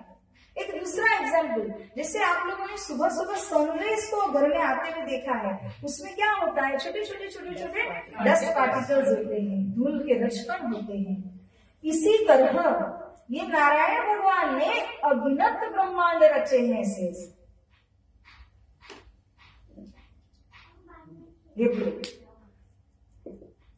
तो ऐसे ही हम एक ब्रह्मांड में हैं, हमें मालूम है कि हम इस ब्रह्मांड, लेकिन इसी तरह के अनेक ब्रह्मांड और भी हैं, और उनके अंदर में और भी इसी तरह की जीव सृष्टि, और भी 84 लाख योनियां, सब कुछ इसी तरह का अन्य ब्रह्मांड के अंदर भी है। अब बताओ, यूनिवर्स के ब्रह्मांड 14 वर्ड्स। अब बताइए कि हम सभी और अन्य जो 14 लोग ब्रह्मांड के अंदर के जीव होंगे, उनमें क्या अंतर है?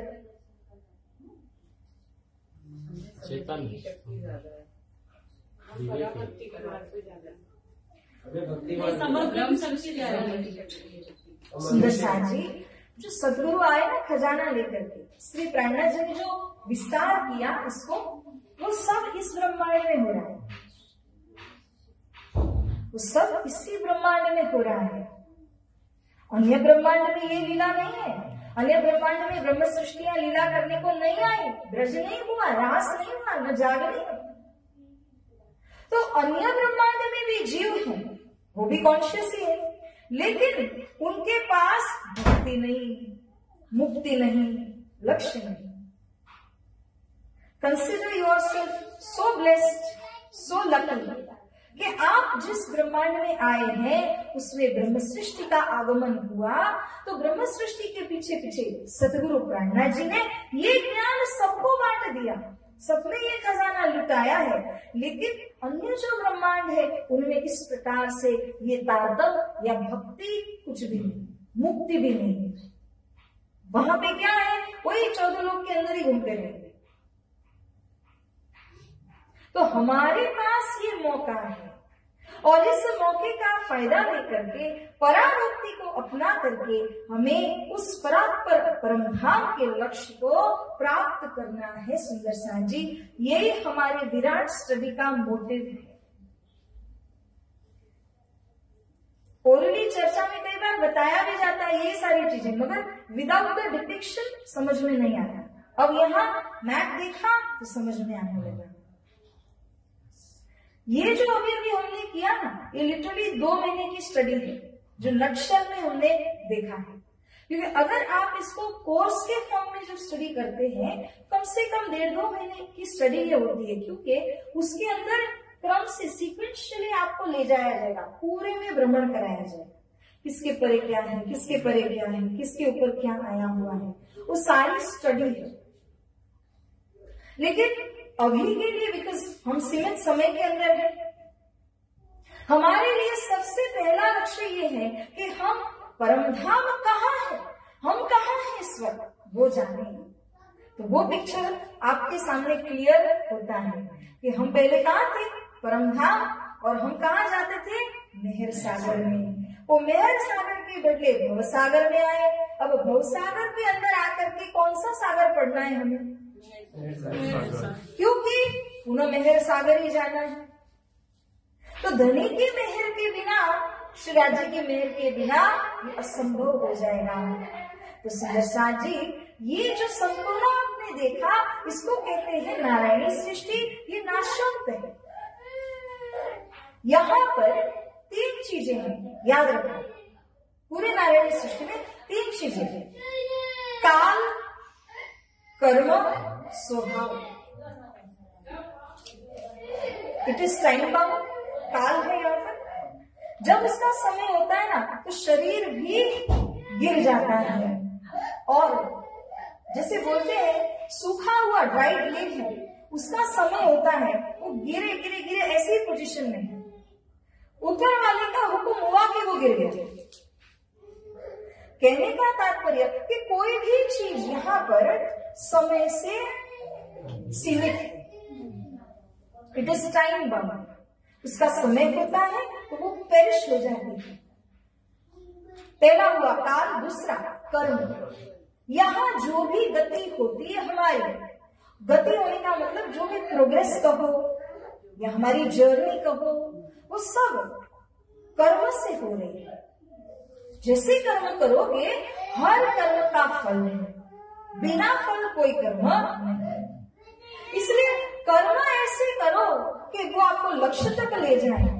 अगर हमने आज बैठ करके अपना लक्ष्य निर्धारित कर लिया कि हमें तो उत्तम पुरुष परमात्मा का ध्यान ही चाहिए, लेकिन कर्म तो ऐसे करना है जो नीचे पाताल में जाने के लायक है, तो कहाँ से मैच होगा?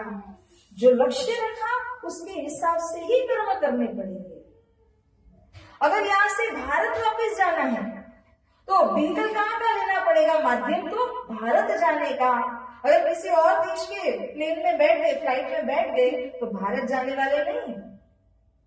वैसे ही जो कर्म जिस स्थान के लिए उपयुक्त है, सुटेबल है, कंड्यूसिव है, वही करना पड़ेगा। अगर उल्टे कर्म किए तो फिर उस स्थान को प्राप्त नहीं कर पाएंगे। अब सुंदर शाह जी, दूसरा हुआ कर्म, तीसरा स्वभाव। सबका एक नेचर है, typical nature, and nothing can change it.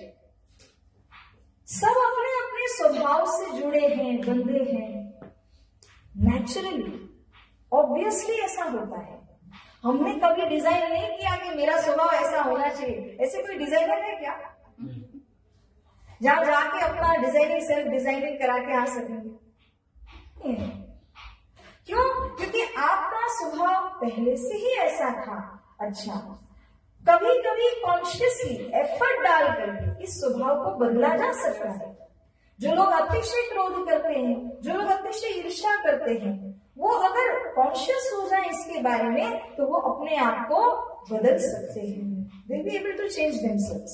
लेकिन प्रायः जो स्वभाव रहता है वो कहा जाता है प्राण में प्रकृति साथे जाए, मतलब प्राण जो है वो छूटेंगे तब तक प्रकृति स्वभाव तो वैसे का वैसे ही रह जाता है।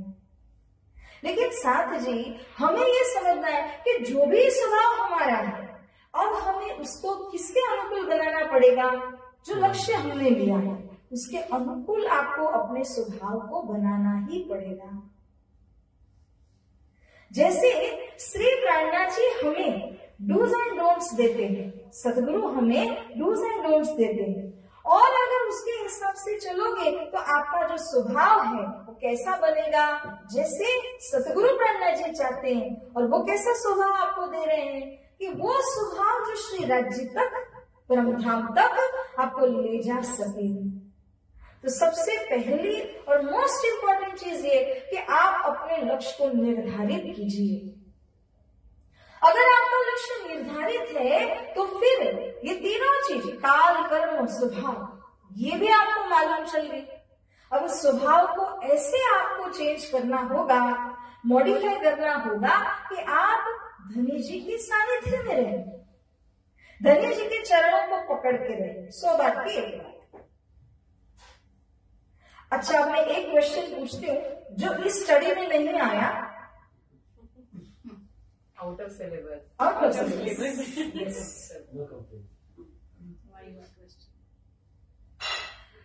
परम धाम जाना मुश्किल है कि इजी है? दोनों है। इच्छा शक्ति पे डिपेंड करे, स्वभाव पर। आपने 3 बातें जो कि काल, कर्म भी है और स्वभाव भी, दोनों है। तो आसान है, दोनों है इसीलिए।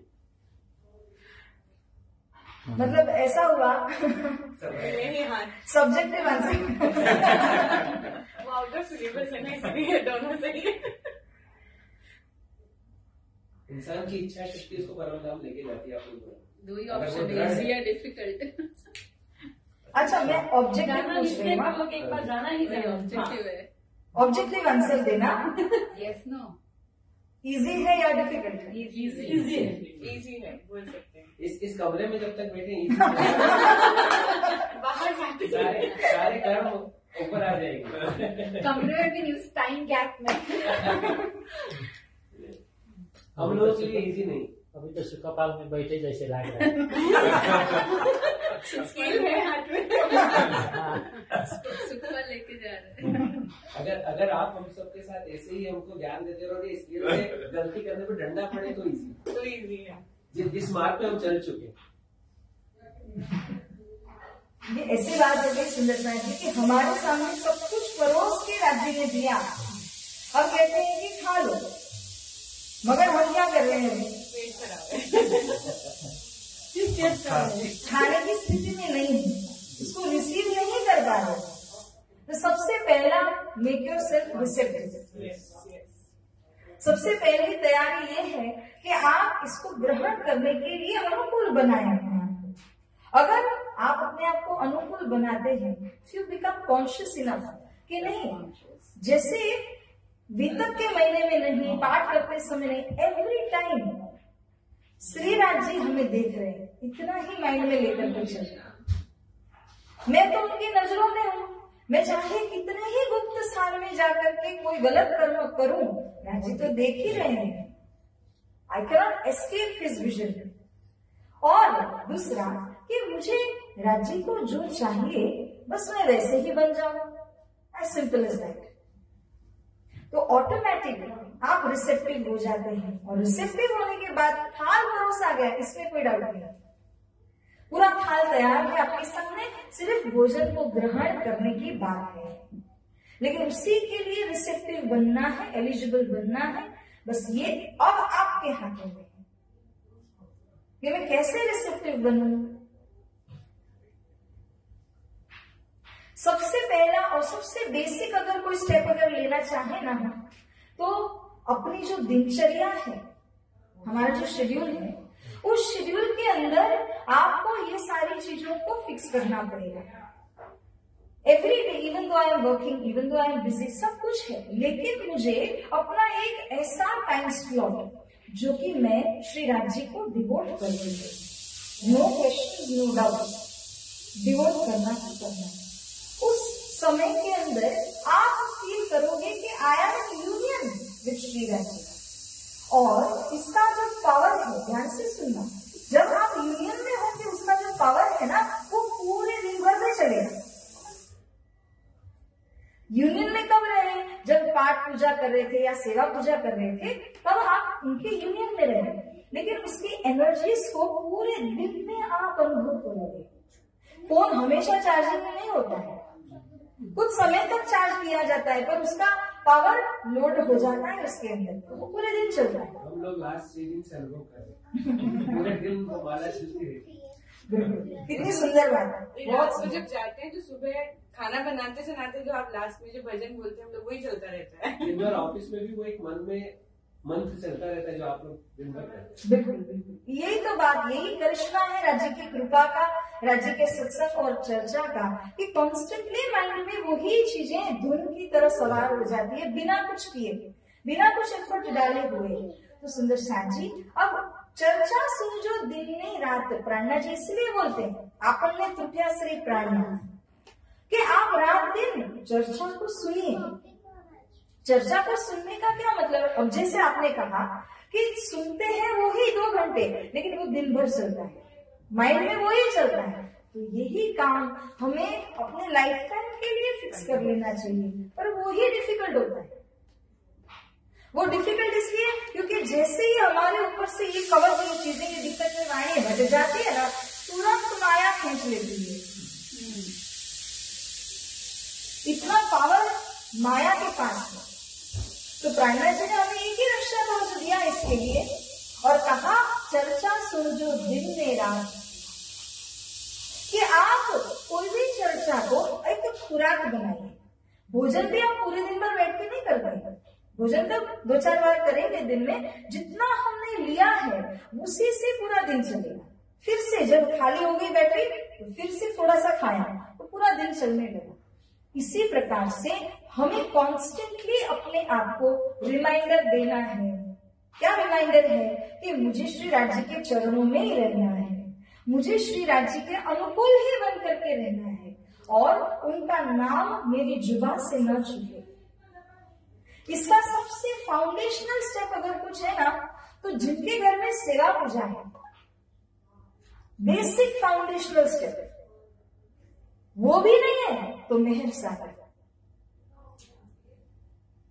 सेवा पूजा पधराई नहीं है तो मानसिक रूप से कीजिए।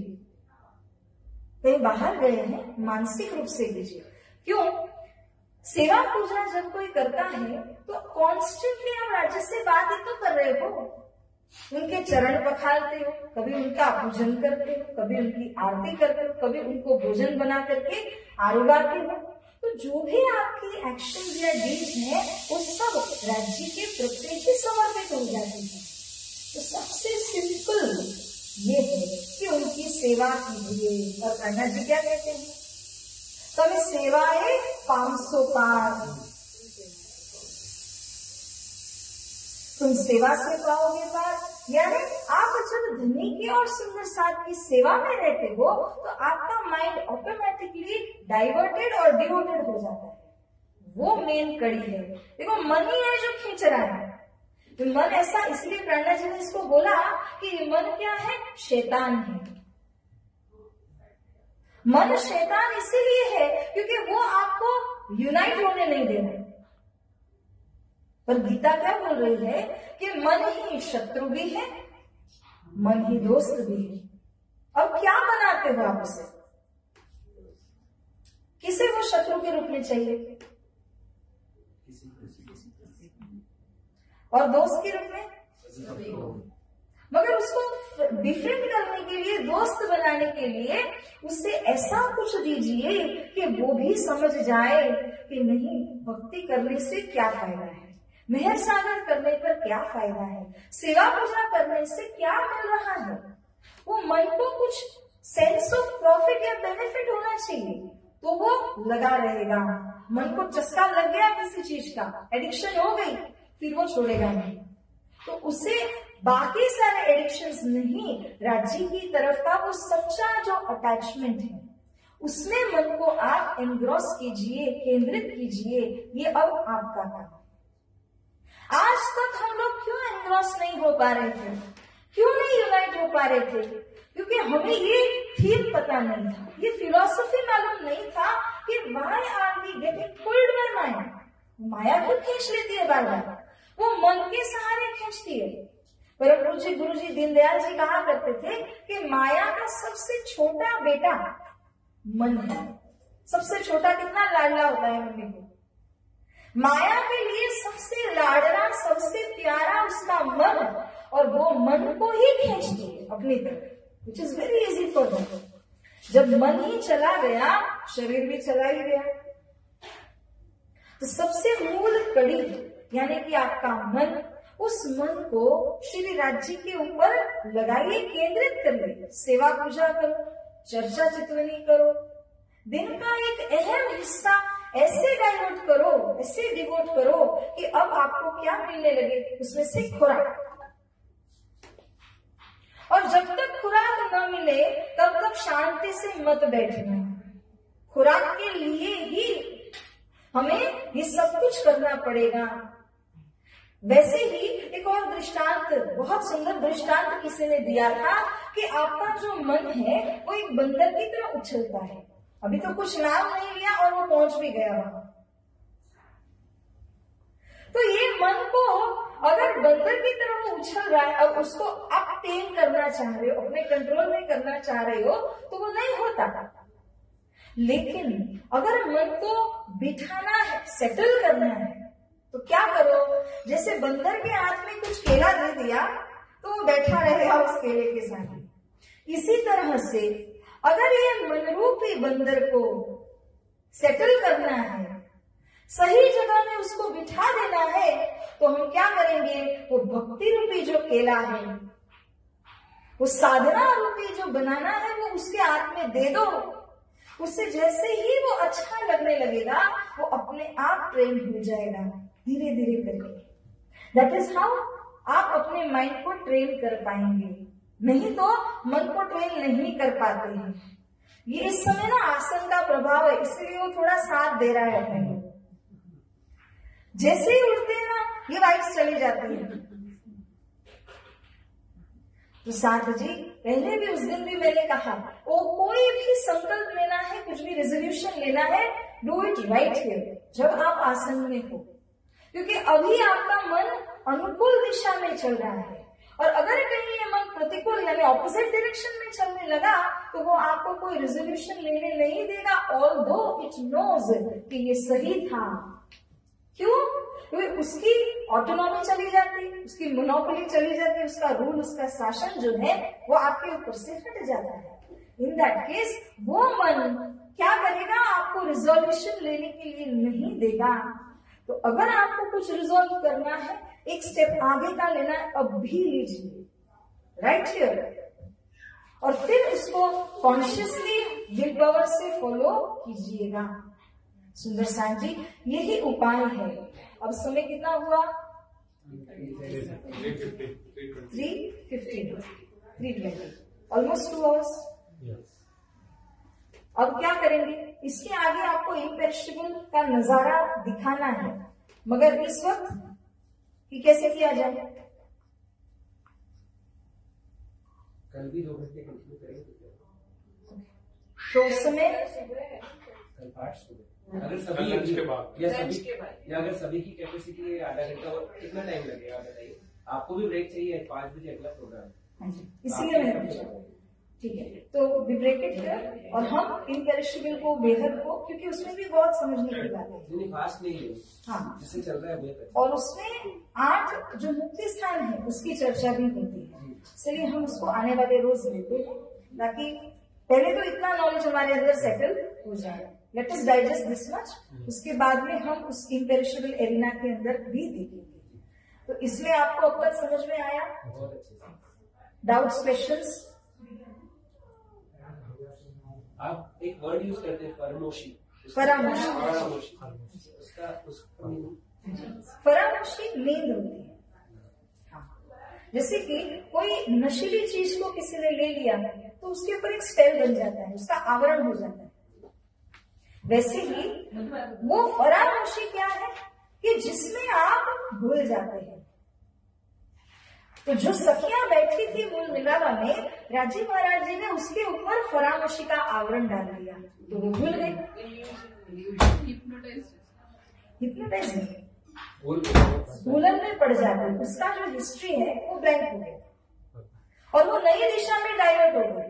अब उसको क्या लगा कि मैं खेल में हूं, मेरा नाम रचता है, मेरा नाम जो भी प्रीति है, भावना है, जो भी है। तो इस तरह यहाँ की लाइफ से वो एसोसिएट हो गए और परमधाम की लाइफ से वो डिस्कनेक्ट हो गए। ये फरामोशी का कारण है। ये शॉर्ट में, क्योंकि आप जैसे जैसे वाणी को आप समझेंगे ना, अलग अलग प्रसंगों के अंदर और डिटेल डिस्क्रिप्शन भी कहीं ना कहीं आता जाएगा।